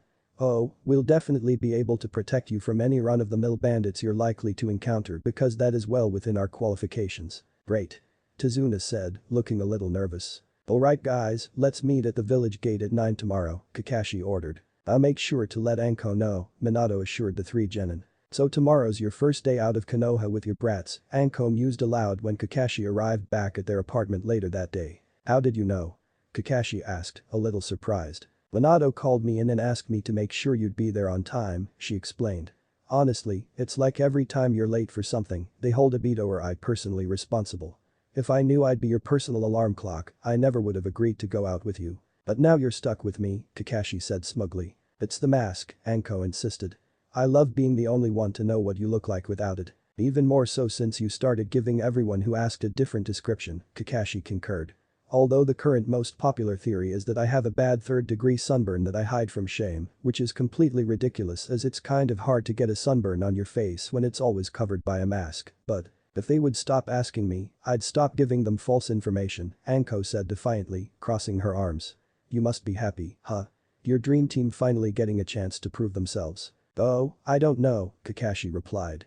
Watching them plot new ways to fail all the D-rank missions they were given was quite entertaining. I'll bet. Why were you so adamant about having those three, anyway? Anko asked him. I mean, Naruto and Sasuke I can understand because of Minato and Obito, but what about Pinky? What's her name again? Sakura, Kakashi supplied. Right, Anko nodded. I've seen her around a few times and from what I've seen, she's a zealous Sasuke fangirl, and while I'm sure she'll grow out of it, you wanted her specifically. A lot of girls are at that age, Kakashi pointed out. Even Hyuga Hinata, the only one who graduated who wasn't a Sasuke fangirl, is infatuated with Naruto, so I couldn't pick a Kunoichi based on that. And Sakura reminds me a lot of Rin, actually. Better not tell her that until Sakura outgrows the fangirl stage, Anko warned him. Or she will hurt you. Duly noted, Kakashi said dryly. And she's gotten a lot better in the past month. It's like she's years more mature and she hasn't slipped into fangirl mode once. She really seems to be taking this seriously. A tribute to your teaching skills, I'm sure, Anko deadpanned. I can see where I'm not wanted, Kakashi sniffed. I guess I'll have to take my underappreciated teaching skills elsewhere. Oh, you know you'd be lost without me, Anko teased. After all, Obito has enough tardiness issues of his own to be able to make you show up on time all by himself. Oh, I don't know, Kakashi said thoughtfully. Last month when you both were on a mission, Itachi did an amazing job of getting me where I needed to be far before I felt I needed to be there. True, Anko conceded. But which would you rather have? The threat of losing your precious but replaceable porn or a happy fiancé? Eyeing Anko's fishnet top and appreciating the fact she'd taken off her trench coat, Kakashi's decision was easy. A happy fiancé. So this is your first time leaving the village on your first ever C-rank mission, Minato said at dinner that night. Naruto rolled his eyes. Dad. Don't tell me you're going to get all sappy on me. I wouldn't dream of it, Minato promised. Still, this is not just one milestone but two. And after only a month. You know, Jiraiya-sensei didn't let us leave the village for a good 3 months. Naruto snorted. Is that because he didn't want to leave the convenience of the Konoha onsen and more specifically the women's area? Hardly, Minato admitted. But, unlike with you, when we moved up to C-rank missions it was because we were ready for them, not out of necessity. If Kakashi didn't feel we were ready for it, he would have stopped us before we got ourselves blacklisted from at least one of the D-rank missions, Naruto claimed. Minato looked at him incredulously. Probably, he amended it. So why wave? Minato asked curiously. Huh? You said you wanted an escort mission and then specified that you would prefer it to be in the land of wave, Minato reminded him. Oh right, Naruto said. So maybe he'd been periodically checking the incoming missions to see when Tazuna's would come up so he, Sakura and Sasuke could pace themselves in their mission failing and they could demand a C rank at the right time. Well, I've heard the situation is wave is pretty bad right now and if this guy needs an escort, he must be pretty important, right? Possibly, Minato agreed. And if he's important then he may be able to help wave and so by helping him, we'll be making things better there. And besides, Naruto grinned cheekily. He's a bridge builder, right? So if we manage to save his life on our mission, then he'll be so grateful he'll have to name the bridge after me. I can just see it now. The Great Naruto Bridge. I never did understand why you decided that was one of your goals in life when you were 8, Minato remarked. Because when I was 8 it occurred to me that that would be awesome, Naruto replied. Ah, I forget the awesome factor, Minato said wryly. That was around when you decided you wanted to be Hokage, wasn't it? You know, at first you just saw all the paperwork I had to do and long hours I put in and declared you wouldn't get within 5 people of the position. What changed your mind? The fact that he'd always wanted to be Hokage since the third had explained his job to him so many years ago, and he'd realized that if he were Hokage he'd have respect but mixed up the cause and effect. He couldn't very well say that, though. His father had been suspicious enough during those first few weeks that he couldn't remember his life in this timeline, but fortunately he had the easy fallback of trauma from seeing the end results of the massacre. And the massacre itself, but that was another thing that he couldn't very well admit to, especially as his father knew Itachi never would have left him there to witness all that death at such a young age. I didn't, Naruto finally settled on a reason, but then Orochimaru came and killed the Uchiha and destroyed Sasuke's innocence, and I never want something like that to happen to anybody I care about ever again. I want the power to protect Konoha and all my precious people who make it up. Becoming Hokage seems like the best way to do this. Minato smiled at him, and Naruto could tell that he was pleased with that answer. Besides, he couldn't resist adding.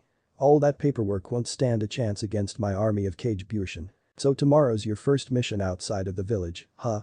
Itachi asked rhetorically. They were on their own that night as Obito and Rin had gone out for a nice dinner. Sasuke looked up from his food in surprise. How did you know? I know everything, Itachi said mysteriously. At Sasuke's skeptical look, he relented. The Hokage contacted Obito as a backup in case Anko failed to get him to show up on time tomorrow. With everyone running around knocking themselves out to get Kakashi to show up on time, it's a wonder he ever manages to be late to anything anymore, Sasuke noted. Itachi nodded. Indeed.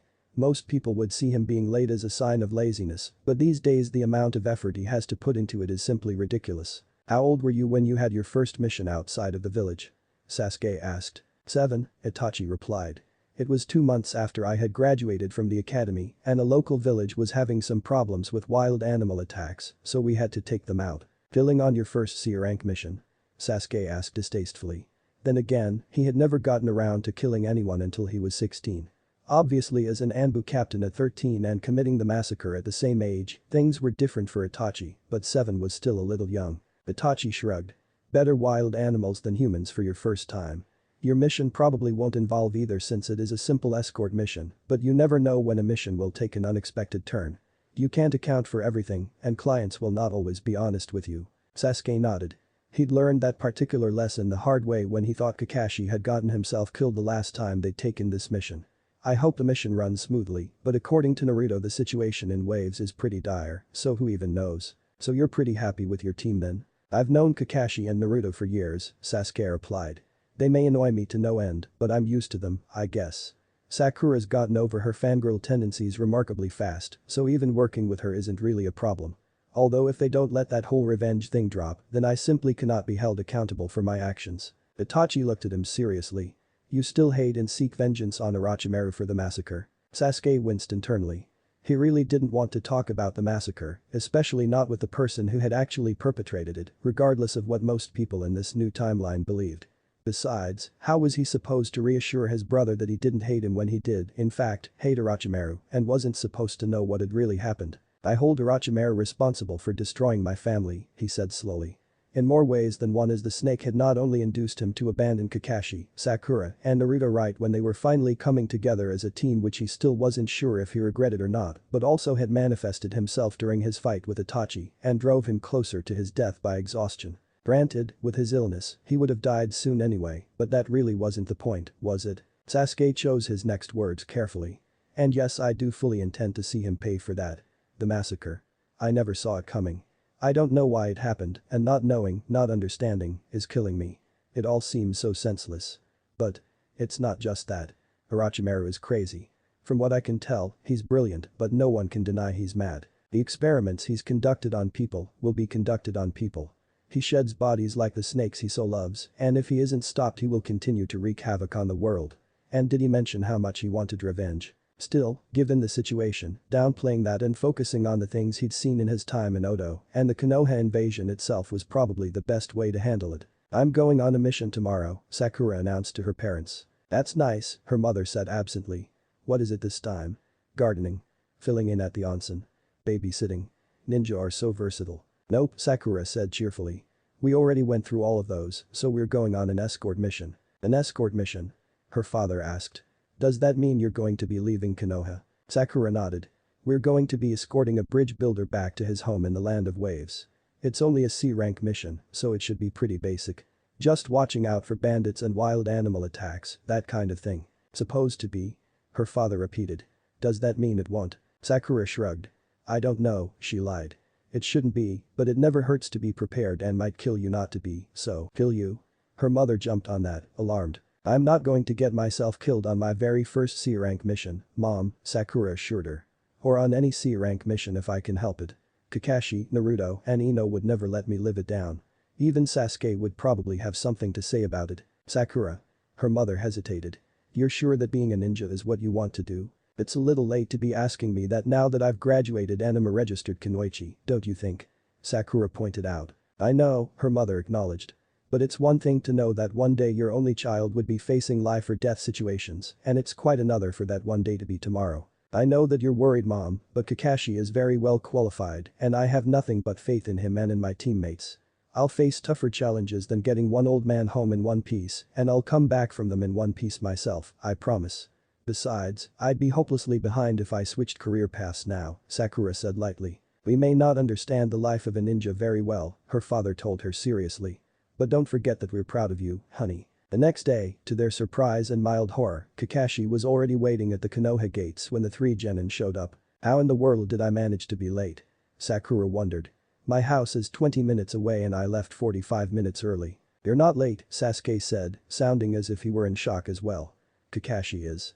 Early. You know, it's a sad day indeed when we get somewhere after Kakashi does, Naruto shook his head ruefully. Laugh all you want, Kakashi told them. Anko wanted me to be here on time and she can be. Very persuasive. Really? Naruto asked with a raised eyebrow. Kakashi nodded happily. Yes, but you're far too young to hear anymore. Like we'd even want to, Sakura said, making a face. You're honestly accusing us of being too young? Naruto demanded. Seriously? After everything?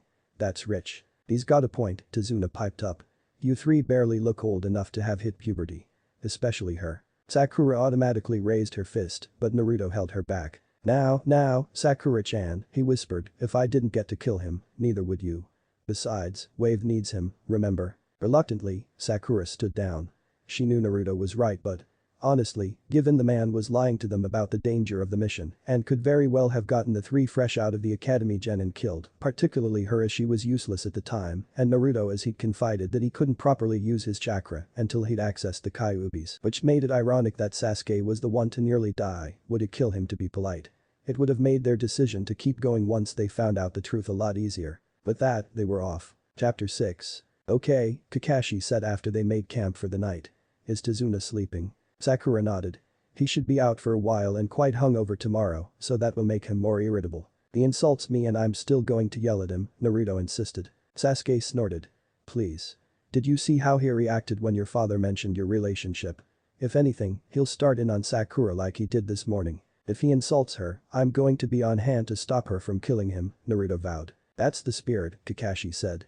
Now, I can't believe we forgot to do this before we left, but we need to make a list. A list? Sakura repeated. Indeed. Well, this may have been over a decade and a half ago for me, it was still 6 years ago for you, Sakura, and some time in between that for the boys. As such, unless we pool our memories, we're unlikely to be able to use our future knowledge to our advantage, Kakashi concluded. So. What do you remember? I remember Sasuke trying to kill himself when we first met Zabuza, Naruto replied immediately. Well, I remember Naruto just standing around like an idiot the first time we got attacked and getting himself poisoned, Sasuke retorted. Which I then heroically neutralized while I valiantly declared that I wanted to go on, Naruto countered. If you had been anyone else, you would have bled to death. Sasuke pointed out. But I wasn't so I didn't, Naruto replied, sticking his tongue out. So we met Zabuza before the battle that led to his death, Kakashi summarized. I think I remember that. I overused the Sharingan and passed out from chakra exhaustion. Very embarrassing. We tried to see under your mask, but you wore, like, 5 of them, Sakura added. Serves you right for trying to abuse my trust, Kakashi sniffed. Trust? Sasuke repeated. You didn't trust us, you passed out. Which I felt secure in doing because of my faith in you, Kakashi replied. And then we were also attacked. We realized that because it was dry and they were puddles. Anything else? I remember Naruto freaking out and scaring that poor rabbit half to death, Sakura said, glaring at her blonde teammate. Hey, be fair, Naruto implored, holding up his hands in self-defense.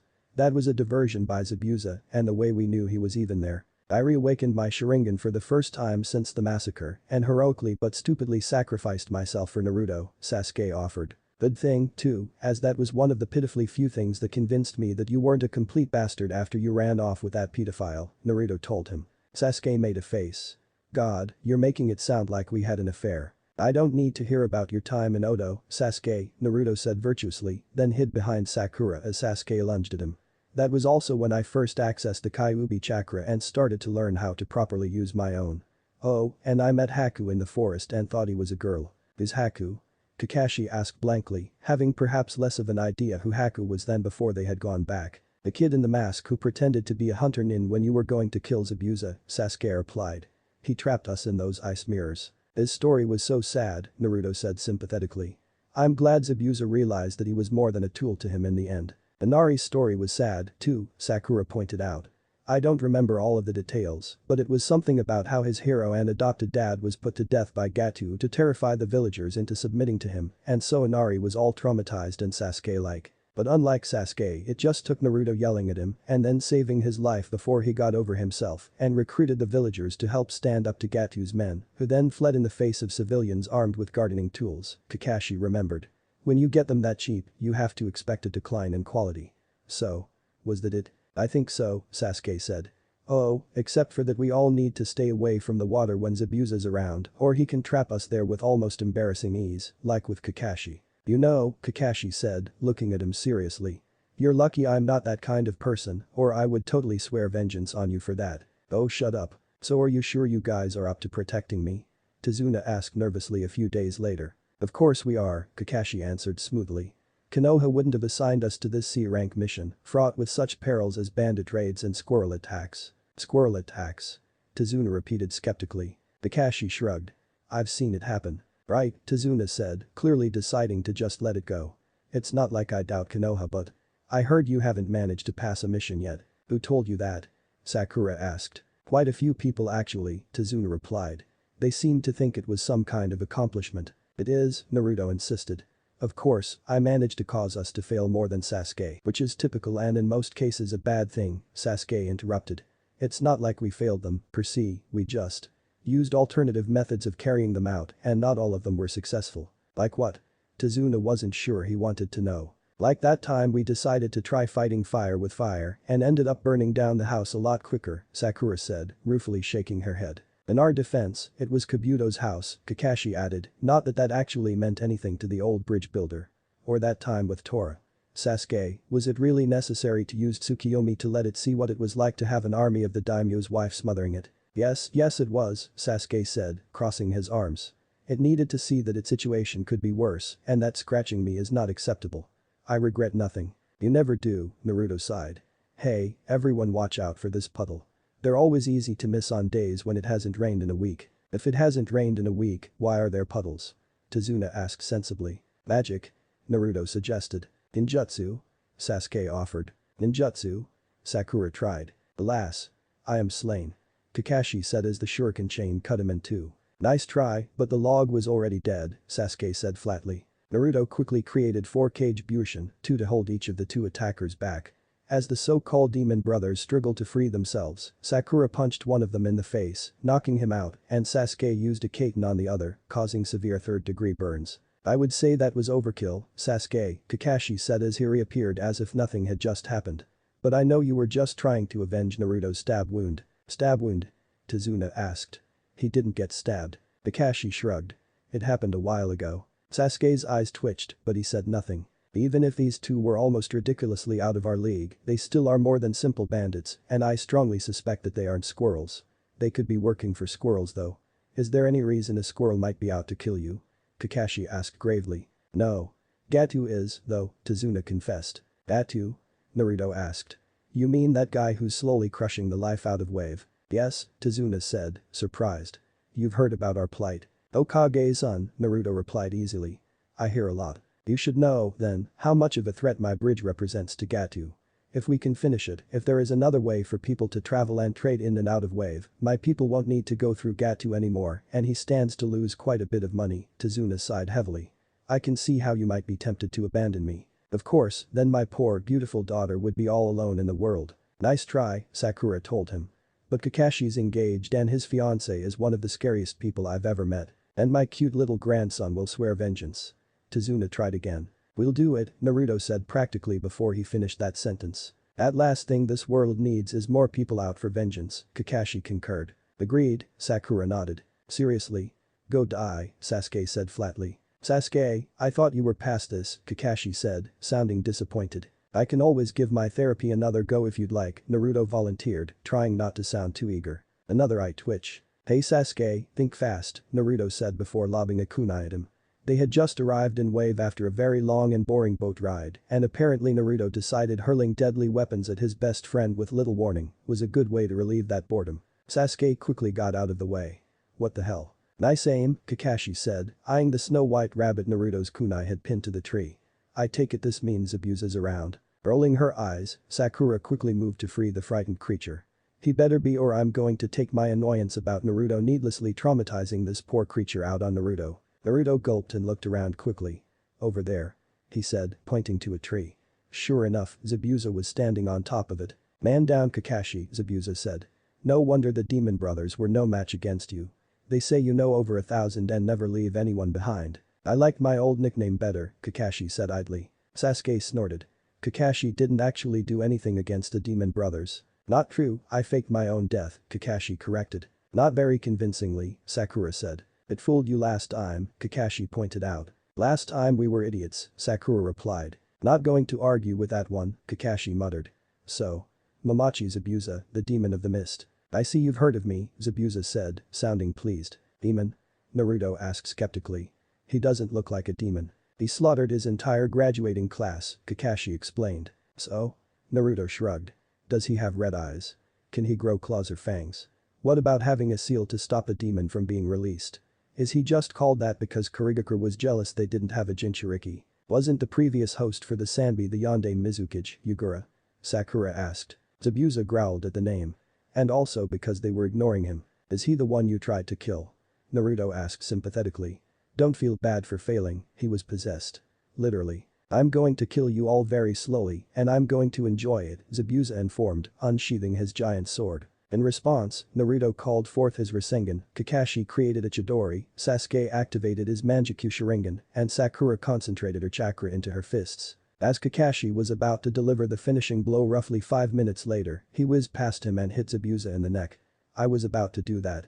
Kakashi muttered. Thank you so much for wearing my target down for me, Haku said from up in a tree.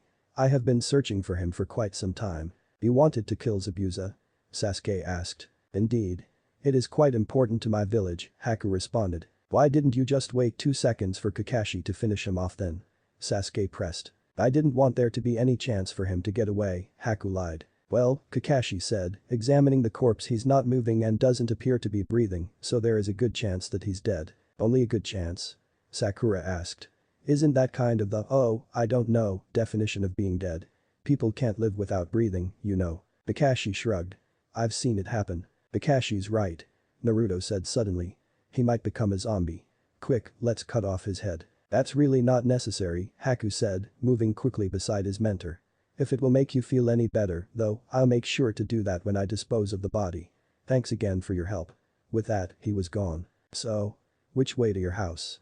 Kakashi asked Izuna, who was standing there frozen. You guys are incredible, he finally managed to say. Well of course they are, Kakashi said matter-of-factly.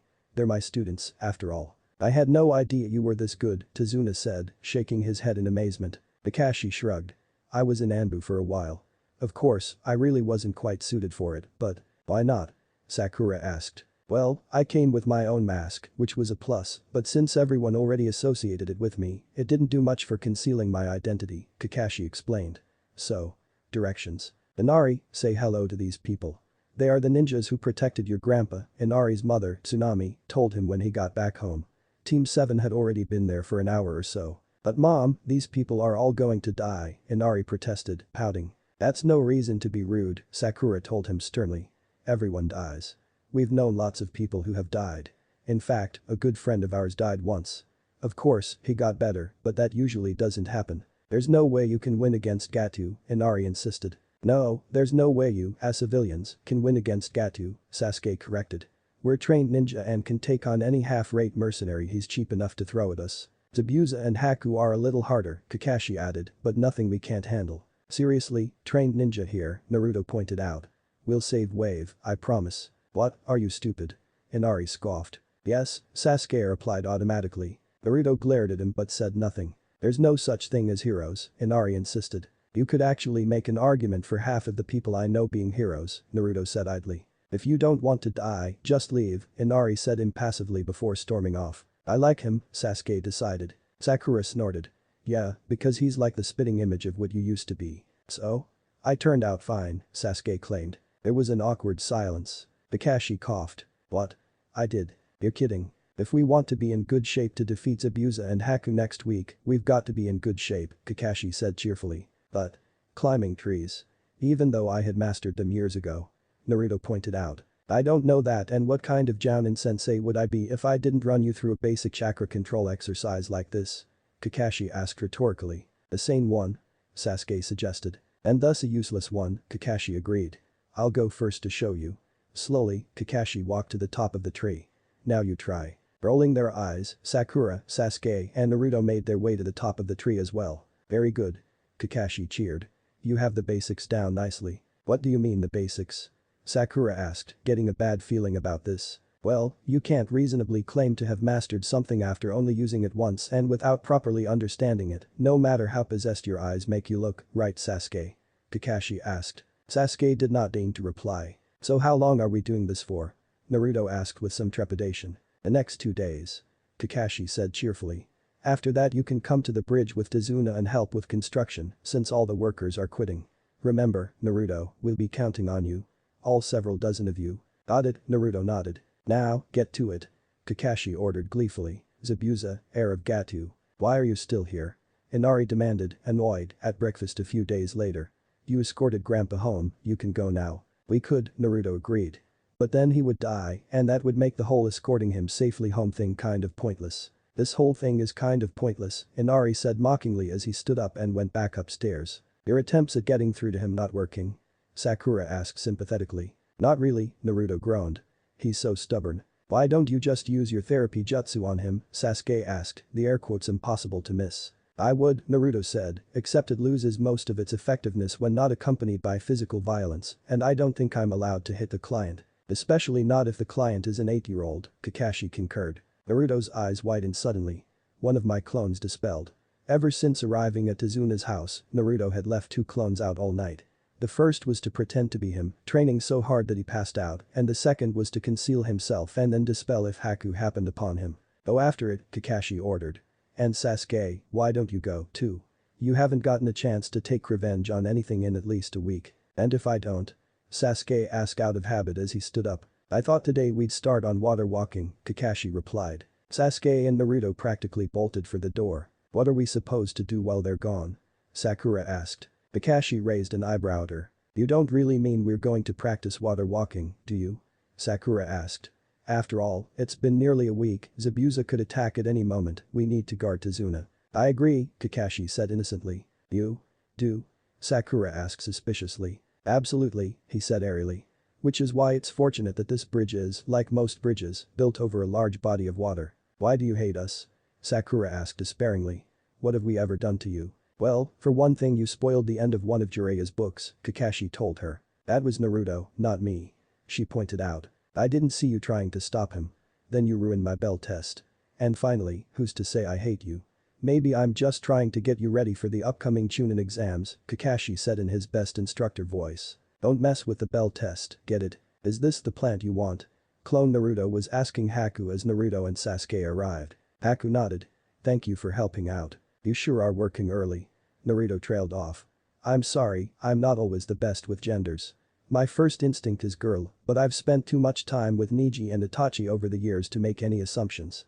And for that matter, I'm still not sure Deidara was a guy. Haku smiled kindly at him. I am, indeed, a male. You're not just saying that so I'll sound stupid referring to you as a guy, are you? Naruto asked. Because I've met some androgynous people who have done that, you know. We may very well never meet again, so why would I do that? Haku asked. Naruto shrugged. For the hell of it. I can only offer you my word that I am, indeed, a boy, Haku said.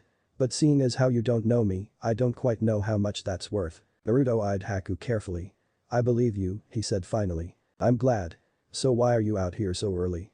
Haku inquired politely. I fell asleep outside, Naruto explained. My teacher's making us climb trees until we pass out. He's kind of evil. Call it training. Training? And that forehead protector. Could you be a ninja? Haku asked, sounding vaguely interested. Yeah, if you ever want to do something exciting, you've got to be a ninja, Naruto explained. Although I suppose working at Ichiraku's wouldn't be too bad. Where are you from? Haku asked. Konoha is the greatest place on earth, Naruto said proudly. Is it now?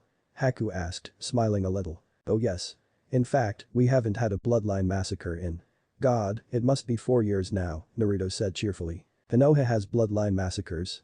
Haku asked, alarmed. I thought Konoha was a safe haven for those with a keke dot. Oh, it is, Naruto assured the other boy. That was complicated and the work of a missing nin. Just not in this timeline. Why are you training? Haku asked, changing the subject. Because Kakashi threatened to make me spend 3 days watching everyone I know eating ramen non-stop but not letting me have any, Naruto explained. And then he said something about squirrels, but I was too horrified to really listen. I see. Haku said. Oh, and also because I want to protect the people I care about, Naruto said. But my immediate reason for being here was no ramen. So you have someone who is important to you? Haku asked, choosing not to focus on the ramen obsession. Naruto shrugged. Yeah, I do. I have lots of precious people, actually. Losing them is hard and I don't think I'd survive the loss without other precious people being there to try and fill the void. When a person has something important to protect, that's when they can truly become strong, Haku declared. I agree, Naruto said solemnly. Let's meet again sometime, Haku said, standing up. I know you will become strong. You're such a sap, Sasuke whispered to the real Naruto. Oh shut up, what was I supposed to say? Naruto shot back. Besides, I like Haku. God knows why, he tried to kill you, Sasuke muttered. Not very hard, Naruto countered. And I wouldn't be talking about attempted murder, Sasuke, since you had to have Orochi freaking Meru talk you down from killing me. Will you just let that go already? Sasuke demanded. Sure, the minute you stop calling me an idiot because I graduated last in the class, Naruto promised. Sasuke snorted. You didn't even graduate, it was an act of God. Figures you'd call Orochimaru God. With that, Sasuke and Naruto decided Haku was sufficiently ahead of them and followed him back to Zabuza's hideout. It was slow going as Haku was very cautious, but they eventually made it. I sense 3 other chakras besides Haku and Zabuza, Naruto said quietly. Is that Gato, do you think? I have no idea what his chakra is supposed to feel like, but who else would be there? Sasuke asked. It's times like these that I miss Karen. Karen? Naruto repeated. Isn't she the one who tried to drug you? Okay, so maybe I don't miss her that much. That's him, Sasuke said, his eyes trained on the man who had just exited the hideout. He and Naruto silently followed them until they were about a mile away from the enemy ninja, and then they struck. Naruto slit the 2 guards' throats with a kunai, and Sasuke snapped Gato's neck with a well-placed blow to the back of the head. Wow, Sasuke, I didn't even know you knew how to fight without the Sharingan, Naruto said, sounding deeply impressed. Sasuke scowled. And I didn't know you could fight somebody without trying to save them from themselves. That only applies to ninja and the odd civilian I've gotten attached to, Naruto explained. Mercenaries are on their own. Sasuke crouched down next to Gato. Let's just see if he has any handwriting samples on him. After digging through the dead man's pocket for a moment, he found a half-finished letter. Perfect. Activating his Sharingan, Sasuke sat on the ground, pulled out another piece of paper and began to write. So? What are you doing? Naruto asked when Sasuke was still writing 20 minutes later. Forging a will, Sasuke said it was obvious. Oh? Who did Gato leave everything to? Naruto asked, curious. He left the entirety of his ill-gotten fortune and trust to Mamachi Zabuza, Sasuke said, to use as for the express purpose of returning Wave to its former glory. Naruto stared at him. Are you sure that's a good idea? Sasuke shrugged. The way I see it. If he's happy in Wave, he's not bothering us. Oh, and now he can come one step closer to making Kiri like he thinks Konoha is because he'll have experience with reforming a place, and with the power that money will give him the Mizukage won't dare go after him. Naruto exclaimed. I just hope he doesn't let the power go to his head. Sasuke shrugged again. It's not our problem either way. Naruto glared at him. We don't live in a vacuum, Sasuke. What happens in one nation affects the others. Save the politics for someone who cares, Sasuke said, signing Gato's name and 2 names he knew but couldn't quite place as witnesses. Now pick up the body and let's go. They quickly made their way back to Zabuza's hideout. Before they could reach the door, Haku opened it and stood staring at them. "May I help you?" he asked, recognizing Naruto easily since they had parted only an hour ago. "Yeah, we thought you might like this," Naruto said, dumping Gatu's body at his feet. "We were a little surprised at the contents of the will, though." "Will?" Haku asked blankly. "Here," Sasuke said, shoving the paper into Haku's hands. "Go start a revolution or something." "It was nice seeing you again," Naruto called. "And if you could just not attack Tazuna again, that would be great. After all, it wouldn't ruin the economy of your new country." "Gatu's dead," Sasuke announced upon returning to Tazuna's house for dinner that night. "And that took you 10 hours?" Kakashi asked skeptically. "No, we were sparring for the rest of the time," Naruto explained. "We never really get a chance to fight properly, and so we couldn't very well lose this opportunity, now could we?" "Gatu? Dead?" Inari repeated. "There's no way idiots like you managed to kill him." "We did," Naruto confirmed. "It wasn't that hard, really. It helped that we caught him off guard." "So does that mean the missions are over?" Sakura asked. "Or should we stay until the bridge is complete?" "It should only be a few more days," Tazuna offered. "Let's take a vote," Kakashi said. "All in favor of leaving now?" Sasuke raised his hand. "All in favor of staying and helping?" Naruto and Sakura raised their hands. "As I'm abstaining so as to remain impartial, that's 2-1 in favor of staying." "Sorry, Sasuke," Kakashi said. Sasuke sighed. "Whatever. Just as long as when we get back we can tell everyone I got the Manjikyu. It would probably be easier to stick to the truth of what happened before with Haku, except Naruto took it from me, not vice versa. It's nice, simple, and could easily happen." "Alright," Naruto agreed. "Even though me dying is kind of lame, at least I heroically took the attack meant for you that might very well have killed me." "You didn't kill Gatu," Inari insisted. "Stop lying. Why is that so hard to believe?" Sakura asked gently. "I mean, I wasn't there, but I know Naruto and Sasuke wouldn't lie about something like that. If they say he's gone, he's gone. No one can kill him, he's too strong," Inari insisted. Naruto shot his teammates with a look that clearly said somebody shares a sob story. "I would do it myself, but I don't technically have one here besides losing a mother. I don't remember the day I was born."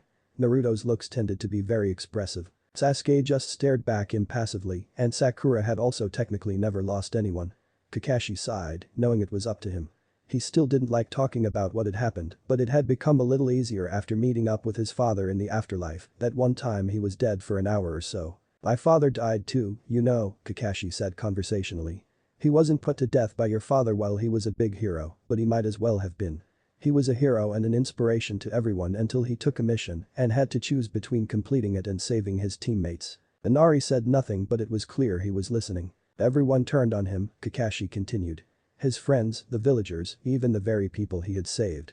They said that choosing lives over the mission made him trash and, in the end, he took his own life. That really affected me, and for a long time I was obsessed with making sure no one thought I was like him and became obsessed with rules and regulations." Inari looked skeptical. "Really? What happened to change that?" "My best friend told me that my father was a hero," Kakashi said simply. "Only he wasn't my best friend then, he was just some annoying kid I was stuck on a team with. Then he almost died trying to save our other teammate and forced me to choose her over the mission as well. In the end, we were able to both rescue her and complete our mission, but it was close, and even if we hadn't been able to, I wouldn't regret it. Your father stood up to Gatu because he believed that what he was doing was wrong and that somebody had to do it, and he was clearly inspiring people. Gatu killed him to try and crush that courage, and you know what?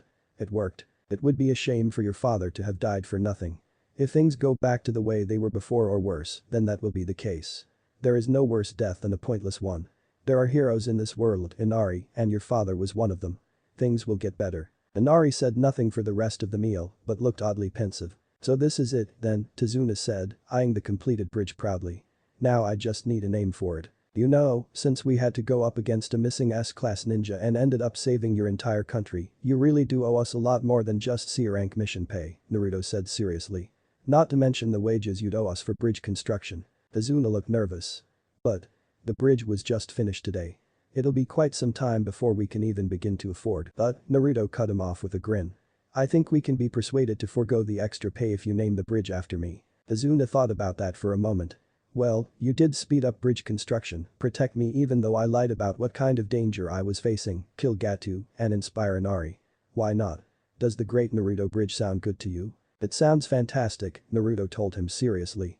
"You know, it's been a lifelong dream of mine to have a bridge named after me." "Really?" Tazuna asked. "That's a strange dream." Since I was 8, Naruto confirmed. And what can I say? I was a strange kid. That'll believe, Sasuke muttered. It is kind of strange that the ninja who tried to kill me has suddenly come into all this money and has decided to play benefactor, Tazuna mused. Sasuke shrugged. I wouldn't hold a grudge. It was just a job and now that he doesn't need the money anymore that's completely in the past. Naruto stared at Sasuke in shock. Sasuke. Telling someone not to hold a grudge. Alright, who are you and where's my real revenge-obsessed best friend? Inari hesitantly approached Kakashi. I've been thinking about what you said. Oh? Kakashi prompted. Inari nodded. Yeah. I've decided you're right.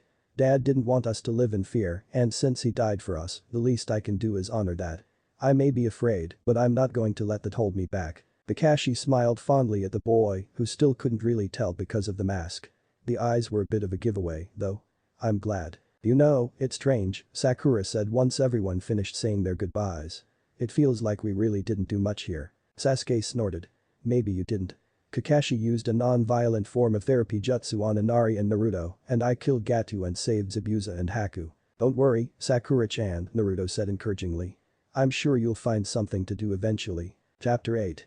Evil Soulless Puppets. When Team 7 returned from their first official C-rank mission, Minato and his team insisted on taking the new Team 7 out to dinner to hear all about it. Itachi and her Kaisuke and Momoko were invited as well, but Sakura's parents felt they would really be far happier, not knowing the kind of danger their daughter faced, now that she was old enough to do so, regardless of what they thought and declined. So I trust you didn't encounter any problems? Minato asked. Sakura coughed. Didn't Kakashi give you the mission report, Hokage-sama? Minato laughed. Right. Kakashi won't have that in for good. 2 weeks, I'd say. Why? It turned out that Tazuna was lying about it being a C-rank mission and we had to fight 3 missing nin, she explained. Minato turned to glare at his student. Kakashi laughed nervously. I didn't mention that. No, you did not. Kakashi's busted, Obito grinned. I'm sure he has a good reason, Rin said. Or at least a reason. Although it is entirely possible that he just forgot. Your support is touching, Kakashi said dryly. We try, Rin said sweetly. What happened, Kakashi? Minato demanded. It started off pretty basically, Kakashi began. A few days in, however, we were attacked by the demon brothers of Kiri, who I'd say were around mid-Chunin level. Naruto immobilized them while Sakura and Sasuke took them out. Apparently Tazuna was threatening a tycoon named Gatu's stranglehold on the economy of Wave with his bridge, so Gatu was trying to have him killed. We fought Zabuza, the demon of the mist. Minato interrupted, glancing at Naruto, as if he expected him to be secretly maimed or something. Yes, Kakashi nodded. We managed to drive him off after a long and trying battle, and then just when I was about to finish him off, he came out of nowhere and incapacitated him. It turned out to be his student posing as Kiri Hunter Nin, who saved him and nursed him back to health. Did he come after you again? Rin asked, concerned. No, Kakashi shook his head. He probably would have, but by the time he had recovered, Gatu had died of natural causes. Natural causes? Naruto snorted. His neck was snapped. Or was his throat slit? No, those were the bodyguards. I think dying once your neck breaks is very natural, indeed. Especially given all the people I know who wouldn't die under those circumstances, Kakashi defended. Anyway, Gatu's will left his fortune to Zabuza for some reason under the condition he would use it to rebuild Wave. Zabuza seemed willing to give it a shot, so here we are. Wow, Obito said, shaking his head. You can never just get a normal mission, can you? I know, Kakashi agreed. It's strange. At least there were no squirrel attacks, though. Not again, Sakura began, but stopped when she saw the look on Obito's face. He looked traumatized. So many squirrels. It's okay, they're gone, Rin comforted him. You mean that really happened? Sasuke asked in disbelief. Of course it happened, Kakashi said, sounding almost offended. You honestly think I'd make something like that up? I'm not even going to dignify that with a response other than this one informing you of my decision, Naruto said flatly. So that's all that happened? Minato asked. You don't know anything about the sudden change of regime in Wave? Not really, Sasuke lied. Something weird happened with my Sharingan, though. Oh? Itachi spoke up, sounding concerned. Yeah, Sasuke nodded. It's like it's different now. See? With that, he activates his Mangekyou Sharingan. Did anyone other than Gatu and his guards die on your mission, Sasuke? Itachi asked sharply. Sasuke feigned confusion. I don't think so. I mean, when we were fighting Zabuza was heading right for me, but Naruto jumped in front of me. We thought it was Zabuza's accomplice pretending to be a hunter nin, trying to hit Zabuza and missing because we were all moving around. And what did they do once it hit Naruto? Itachi pressed. Sasuke looked down. I thought he was dead. He stopped moving, stopped breathing. He was dead and it was my fault because I didn't notice and Naruto did, and even if he is an annoyingly optimistic idiot, he's still my best friend. It's called the Manjikyu Sharingan, Itachi explained quietly. It can only be acquired from the guilt and grief of watching someone you love die and blaming yourself. It's extremely powerful but corrosive, which is why we are fortunate that Tsunade-sama found a way to counteract the effects. That was significantly less traumatizing than Itachi's initial explanation, but since before he was only feet away from his parents' still warm bodies, he supposed it would almost have to be. "Do you have one, too?" Sasuke asked innocently. "Yes," Itachi answered shortly. "I'll show you how to use it later." "The massacre," Sasuke supplied.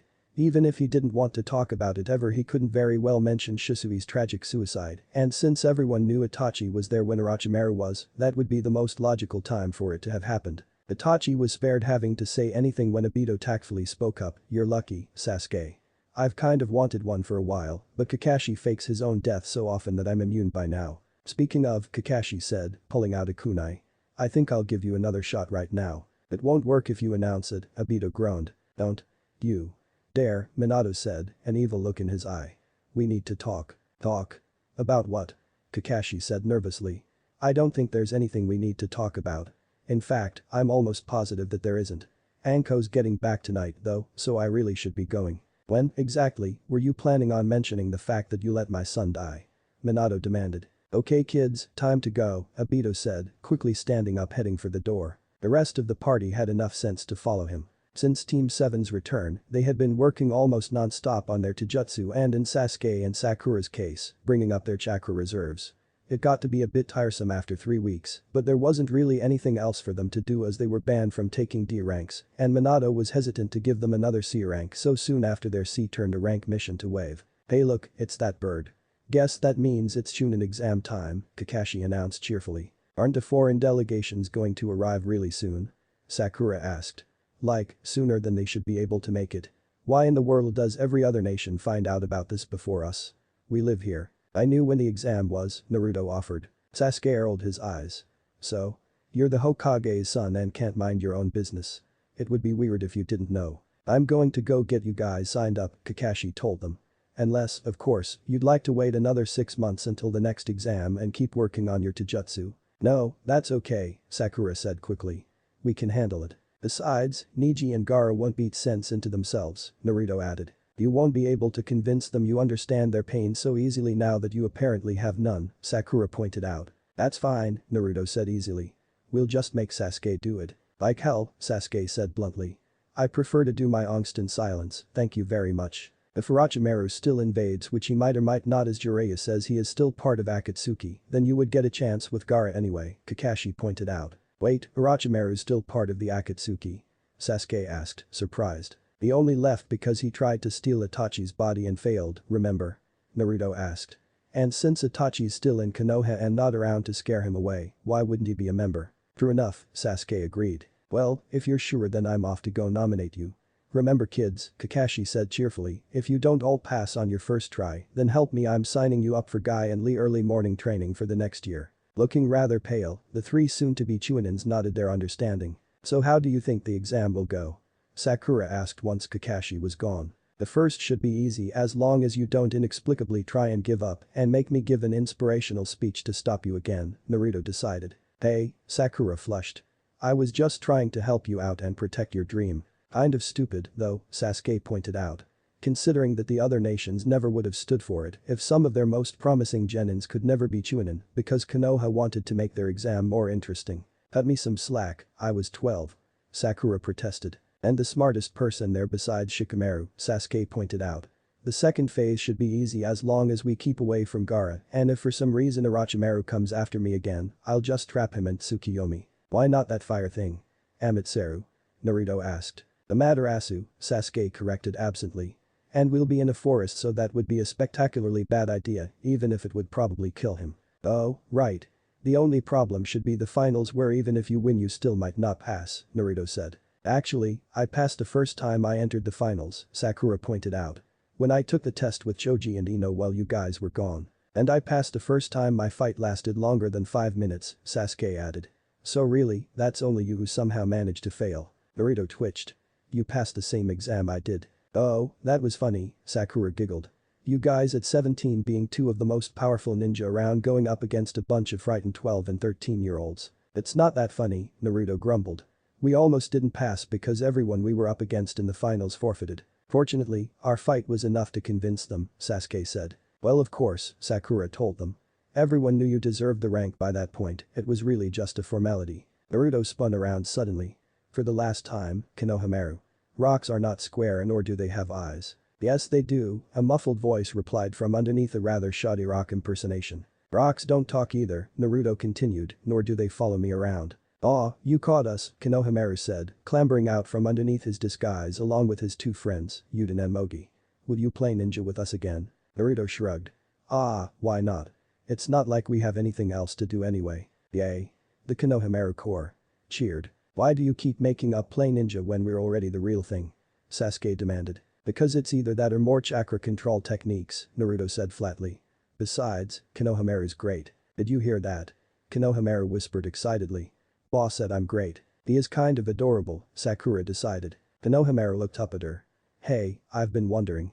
Are you boss's girlfriend? No, she's my teammate, Naruto explained. Are you that guy's girlfriend?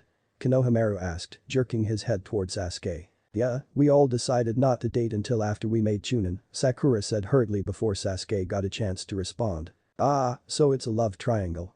Konohamaru nodded wisely. It's really not, Sasuke told him, but Konohamaru wasn't listening. Sakura and her teammate sitting in a tree. He sang, running off followed by his two friends. I'm going to kill him, Sakura said flatly. Don't do that, Naruto implored. He's 8. Fine, Sakura relented. I'll just maim him.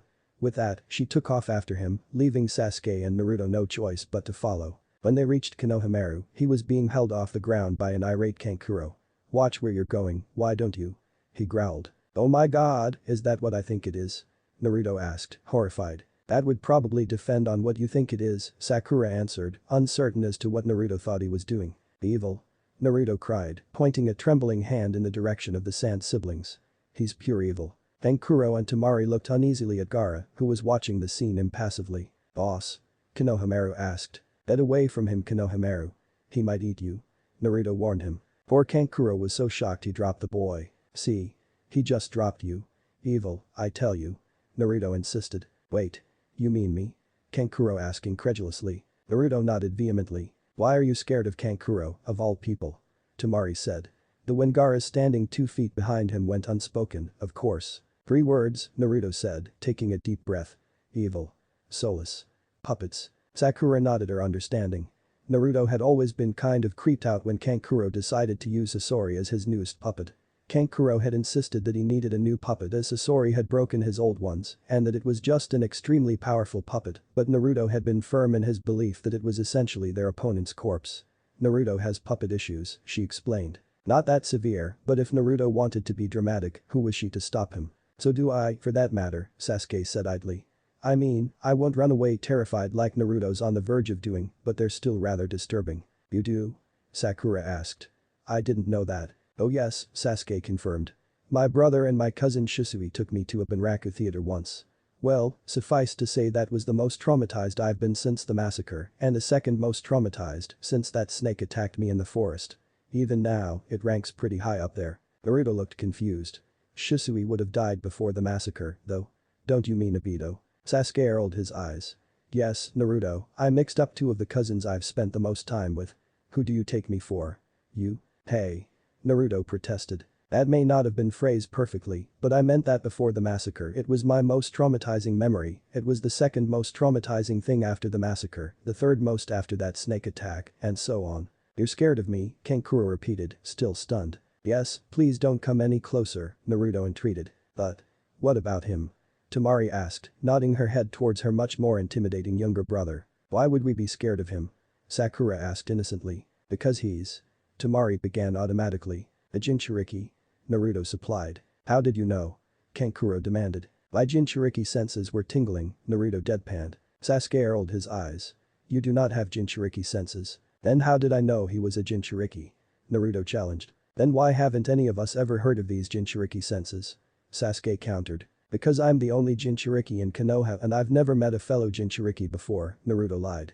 Well, in this timeline he henned. Why you're a Jinchuriki, too? Temari looked downright terrified. Yep, Naruto grinned at her. And you two knew about this? Temari asked the non-possessed members of Team 7. Everyone knows, Konohamaru replied even though she wasn't talking to him. Everyone? Kankuro asked. And? You don't care? Why would we? Konohamaru looked confused. My grandfather, the previous Hokage, sealed the Kyuubi in him so it wouldn't kill everyone. He saved us. I swear, I will never get used to that, Naruto said quietly, looking pleased. When your father's the Hokage, a hero and determined, he can get most things done. So no one has tried to assassinate you? Gaara inquired, finally deigning to speak. Naruto shrugged. A few people here and there. It wasn't because I was a Jinchuriki, but because my father had a lot of enemies. The Anbu always stopped them, though, so it's not really a big deal. Let me get this straight. Kankuro said finally. You're possessed by a demon, but you're scared of my puppets. They're evil, soulless puppets, Naruto corrected. And everyone's fine with having a demon container in their midst, Kankuro continued, ignoring him. We've been surrounded by worse, Sasuke replied casually. Yeah, demon possession really doesn't compare to the flames of youth, Sakura agreed. Dear God, this place is insane. So how about the rookies? Minato asked. Kakashi, do you feel that your team is ready? More than ready, Kakashi replied. They've only been out of the academy for 4 months, Iruka protested. Kakashi shrugged. They're quick learners. Besides, C ranks are really all they can do right now, and those are mostly for Chunin anyway. That wouldn't be a problem if you hadn't let them fail all the D rank missions, Kurenai pointed out. Kakashi crossed his arms. You're just jealous because I don't have to supervise village chores anymore. I am not. She insisted. Although I also wish to enter my students. I am, Asuma confessed. Getting Shikamaru to do more than show up to those is usually more trouble than it's worth. And getting Choji to do anything might be easy, but it is expensive. And don't even get me started on Ino's nagging. I'll enter as well. I just hope I have enough time to convince Shikamaru to show up. Seriously, Iruka, Kakashi told the academy teacher. If I make them do any more training, I honestly think they're going to revolt. Besides, this year it's in Konoha where we'll all be on hand to make sure things go smoothly, and I'm sure Minato would rather kill the rival genin himself than allow one of them to do any permanent damage to Naruto. What's the worst that could happen? Famous last words. Iruka murmured, beginning to get a very bad feeling indeed. Chapter 9. You smell of snakes. Are you sure you want to go through with this? Minato asked his son the morning of the Chunin exams. It doesn't matter if I wanted to or not, Naruto said grimly. Kakashi threatened to make us train with Guy for a year if we don't. Minato winced sympathetically. Well, I just don't want you getting involved with something you can't handle. You don't think I can handle this? Naruto asked, a little hurt. Minato shook his head. No, that's not it, it's just. This is dangerous. Really dangerous. You could die and I know you faced death on that A-rank mission you took, but Kakashi was there to protect you, and now you're all on your own. I'm not all on my own, Naruto corrected. I've got Sakura and Sasuke with me and we're going to kick ass. Is that so? Minato asked, sounding amused. Believe it. Naruto declared. And besides, since I've recently achieved my lifelong dream of having a bridge named after me, I need to make Chunin to make progress on my other lifelong dream of becoming Hokage. Minato raised an eyebrow. You had a bridge named after you? Was this in wave? Do tell. Mom, Dad, I'm going to take the Chunin exams today, so I won't be going on any missions for the next 2 months or so, Sakura announced. Momoko looked puzzled. You're taking more tests. I thought you would be done with that when you graduated. So did I, Sakura laughed. But this is to see if I'm ready to be promoted. I'm sure you'll do fine, Kaisuke told her confidently. You've always been good at tests. Thanks, Sakura beamed, heading for the door. I may not actually be home tonight or for the next week or so, and if that's the case, then it's because we're doing a survival test, so don't freak out or anything. Good luck. Momoko called after her daughter. Are you nervous? Itachi asked. Sasuke looked up from his breakfast. Since today was a big day, he was having tomatoes despite their status as usually not a breakfast food. If Naruto could have ramen every day for breakfast, then Sasuke could have tomatoes occasionally. No. Itachi looked at him skeptically. Really? What's the worst that could happen? Sasuke asked rhetorically. People have got to stop asking that, Itachi said, shaking his head ruefully. And you could die, for one. Or fall into a coma.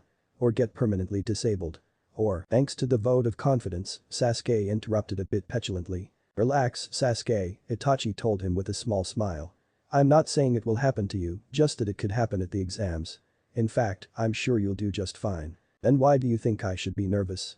Sasuke countered. Itachi shrugged. Everyone's nervous at their first Chunin exam, right? Even you? Sasuke asked, surprised. You do realize I was 2 years younger than you when I took it, right? Itachi reminded his little brother. You still won, Sasuke pointed out. True, but even if you don't you could still make Chunin. Just give them a good show, Itachi advised. I've got to go, Sasuke said, standing up and popping the last piece of tomato into his mouth. Itachi stood up as well to poke him in the forehead. Be good and don't fail. Hey, Kakashi, I was wondering something, Obito said slowly. What's that? Kakashi replied. You know how genin teams have to complete a minimum of 8 missions in order to be eligible for the Chunin exams? Obito began. Kakashi nodded. You wouldn't think just going shopping or babysitting a few times would qualify you, but then again I suppose that's why this is the first time in 5 years rookies are entering. Your team took quite a few missions, I'll admit, Obito continued. But they only ended up passing the wave escort mission. Even if that was technically an A rank mission, it still only counts as one. How in the world are they allowed to compete? Kakashi froze. That's a damn good question. I suppose my team did find all the lost pets they were supposed to, even if Sasuke did end up traumatizing them, and since they didn't lose, maim, or kill the children they were watching, those would count, even if they aren't allowed within 10 feet of those missions anymore. Or it could just be blatant favoritism given that Naruto is Minato-sensei's son, you are his student, and Sasuke is my cousin, Obito teased. We're going with the first one, Kakashi said firmly. So ready for the big exam? Anko asked, coming up behind them. I believe my students are. Properly motivated, Kakashi replied. Plus it will let me off the hook as far as that punctuality thing goes. You're never going to be off the hook, Anko informed him seriously. Yeah, you think it's bad when you're dating or engaged to someone? Obito asked rhetorically. Wait until this is over and you get married. It's like Rin made it her mission in life to make sure I wind up where I need to be on time. She's given me plenty of tips as an engagement present, Anko said cheerfully. Kakashi groaned. I knew I should have stayed single. What was that? Anko asked, pulling out a kunai. I love you. Kakashi offered weakly. That's what I thought, Anko said sweetly. So who's proctoring the third exam? I heard Hate was going to do it, but realized that with his chronic coughing, it might make his job difficult. I volunteered for that, Obito answered. In fact, I was actually the one who convinced Hate that it might be a problem. Proctors don't necessarily have a very large speaking role, especially for the tournament part of the exam, but in life or death situations the match has to be called quickly, and if he's suffering from a coughing fit someone might die. That would make us look really stupid, Kakashi decided. So you both are proctors, huh? I'm feeling kind of left out. You lost your opportunity to be a proctor when you entered your kids into the exam, Anko told him. Besides, the only part left would be if there were to be a preliminary round and you wanted to do that instead of Obito or the written exam part, but Ibiki really is the best choice for that. I don't know, Obito said thoughtfully. Well, I would agree that Ibiki is far more intimidating than Kakashi. Kakashi would probably manage to piss them off and get them to lose their composure more easily, thus narrowing the candidates down.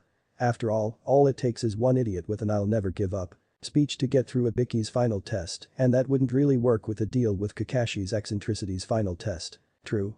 Anko agreed. It's a little late now, though, and Team 7 is in the exam.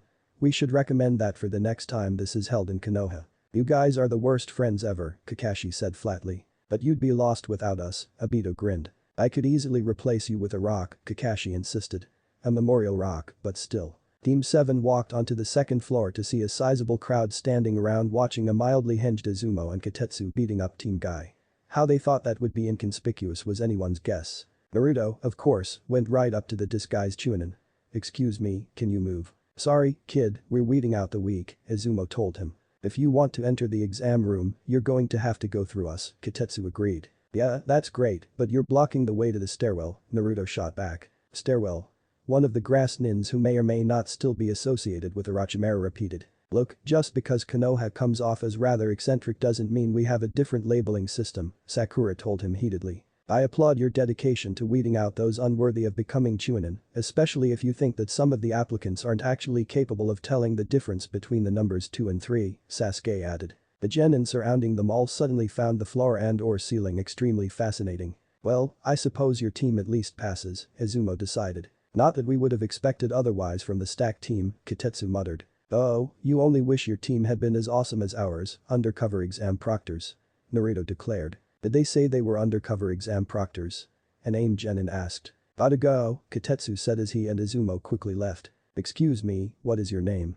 Lee asked as he came up beside Sakura on the walk to the correct room. Burino Sakura, Sakura replied. And you are? Rock Lee told her with a smile. Would you like to go out with me? I'll protect you until I die. That's certainly very thoughtful, Sakura told him. Tragically, needing to be protected is one of my biggest pet peeves, and my teammates and I decided that puberty would be a lot easier to handle if we didn't date anyone until we made Chunin, so I'm going to have to decline. So? If you make Chunin and I make Chunin, can we go out? Lee asked hopefully. If we both make Chunin, ask me again after I've gotten a chance to get to know you better, Sakura told him. I'm not the kind of girl who will go out with someone because they're cute, cool, or strong without getting to know them first. Since when? Ino asked, latching onto Sasuke. You nearly ended our friendship because you didn't think friends could be rivals, remember? Thankfully Naruto and Sasuke have long since convinced me otherwise, Sakura said smoothly. So you're in this exam too, Ino? Yep, Ino nodded. And that other team that graduated with us. Is it really that difficult to remember who we are? Kiba demanded, also showing up with his team. We only had classes with you for 4 years. If my precious Sasuke-kun were on your team then I'm certain I would remember you, Ino sniffed. I'd be careful of dismissing teammate, Ino, Naruto warned her. They have Shino. So? Ino said, not seeing a need for concern. He does bugs, Sakura explained. It's. You don't want him on your bad side, let's just say. You, Ino made a face. Bugs are so gross. Please do not be so troublesome as to let Shino hear you say that, Shikamaru advised her. It would not end well for you. Sakura used to like that boy. Lee pointed at Sasuke. Then I shall challenge him to a fight in order to prove that I am a worthy competitor for her heart. You'll do that by beating up my teammate before the Chunin exam starts? Sakura asked skeptically. Your faith is truly touching, Sasuke said sarcastically. As to the fight. I would, really, but I don't think anyone here needs a preview of my skills, and unless you make it to the inevitable one-on-one portion of the exams, the simple truth is you will not be worth my time. Oh, I'll be there, Lee said determinedly. Are you planning on getting off anytime soon? Sasuke asked irritably. Nope, Ino said cheerfully. Sakura, how mad would you be if I were to use Sasuke began? Don't even think about it, Sakura told him sternly. Ino's my best friend, even if she is a fangirl. Fine, Sasuke grumbled and used a substitution instead. The log? Ino complained. No fair, Sasuke-kun. Though for the record, Sasuke told her quietly. Her fangirlism was never near as obnoxious as watching the competent Kunoichi who helped Naruto convince me to come back to Konoha revert to a silly little girl who would break her most important bonds for the sake of a pretty boy. Yeah, well. Thanks for not letting me, Sakura said, a little embarrassed. So you're not a fangirl anymore? Tenten asked. What? No, I outgrew that quite a while ago, Sakura explained. But Tenten said vehemently. Because to any serious ninja a fangirl is just about the worst thing to be, and I don't want to have to salvage the reputation of Konoha's Kunoichis all by myself. What about Hinata? Sakura asked. She doesn't like Sasuke. Tenten raised her eyebrows. Have you ever seen the way she looks at Naruto? Sakura conceded. Kiba, I think Choji wants to eat your dog, you should be careful with it, Hinata said quietly. What? Kiba yelped. Is that true? Maybe, Choji admitted. I'm hungry. Just eat one of your boxed lunches, Shikamaru advised him.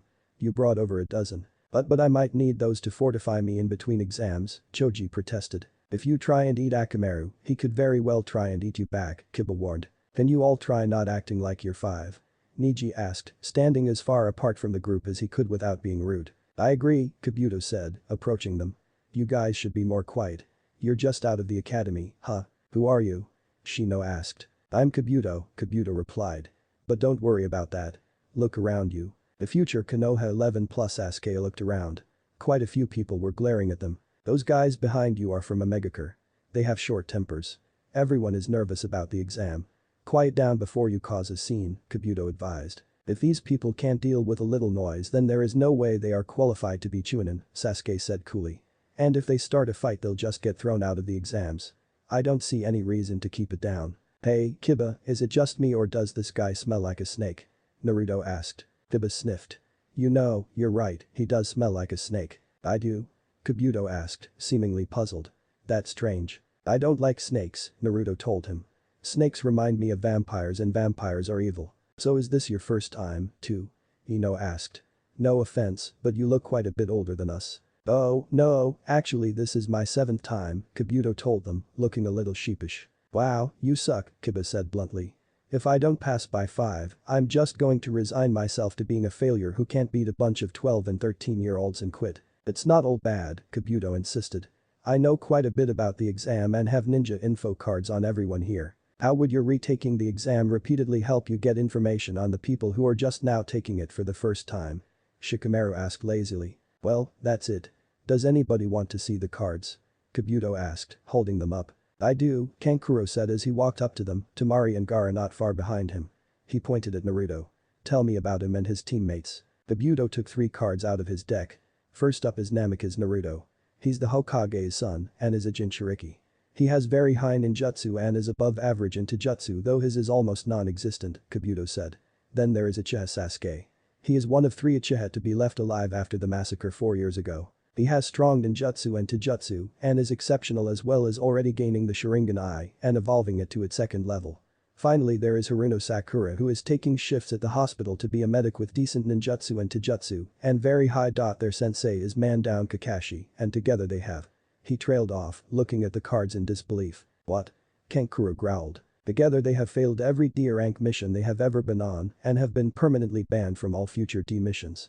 They have one C rank that had turned into an A rank and successfully completed it. Kabuto finished, his voice somewhat shaky. Don't you have to have passed 8 missions to take this exam? Temari asked. Okage's-san probably get special treatment, Kankuro decided. How the hell did you manage to fail the D rank missions? They are the easiest things in the world. Kiba pointed out. Naruto grinned proudly. It took a great deal of effort planning, but we managed. And now we're banned for life. You say that like it's a good thing, Ino said, eyeing him strangely. Well it is quite the accomplishment, Sasuke informed her with a smirk. We're the first team to ever be banned from the D ranks. And we'll never, ever have to do any of them ever again, Sakura concluded, beaming. I hate you guys, Kiba announced. No more D ranks, huh? Shikamaru asked. If I plan out how to fail them, would you guys carry it out so we don't have to do them anymore? In a heartbeat, Ino replied promptly. Would Asuma-sensei still take us out for barbecue? Choji asked. I'm sure he'd be so thrilled to not have to supervise those chores that he would, Shikamaru assured him. Have I mentioned this place is full of crazy people? Kankuro asked. I believe so, Temari answered. Well I would just like to reiterate that, Kankuro said. Who is he? Hinata asked, pointing to Kankuro. He doesn't seem very open-minded. Let's see, Kabuto said, drawing another card. That's Kankuro. He's the son of the Kazekage and has completed 8 C rank missions and 1 B rank mission. I would say that's very impressive, but Sasuke's team did an A rank. He mostly uses puppets in his fights. Evil soulless puppets? Choji asked, eyes widening. Sakura looked at Naruto in confusion, but he was currently hiding behind Shikamaru. Hide me? He begged. This is so troublesome, Shikamaru sighed. As long as I don't have to actually do anything. Naruto's been back for a few years and at some point he gave everyone a huge lecture about why puppets were evil, Sasuke explained in a whisper. I think that was when the girls were off picking flowers or something, though. It was more than just picking flowers. Sakura hissed indignantly. Although we did do that. How can you stand having such an evil brother? Naruto asked Temari. She shot a quick glance at Gaara. Practice. Hey, whose side are you on, anyway? Kankuro complained. I feel sorry for you, Naruto told Gaara frankly. Gaara looked at him suspiciously. Why? Because your evil older brother hates everybody younger than him, of course, Naruto replied. I'm more than capable of handling his hatred, Gaara replied impassively. Doesn't make it right, Naruto insisted. Seriously, how can he not love kids? They're adorable. Hey, Naruto, your friend smells like raccoons, Kiba announced. Better than smelling evil like Kankuro, Gaara muttered. Naruto started, then grinned. My sentiments exactly.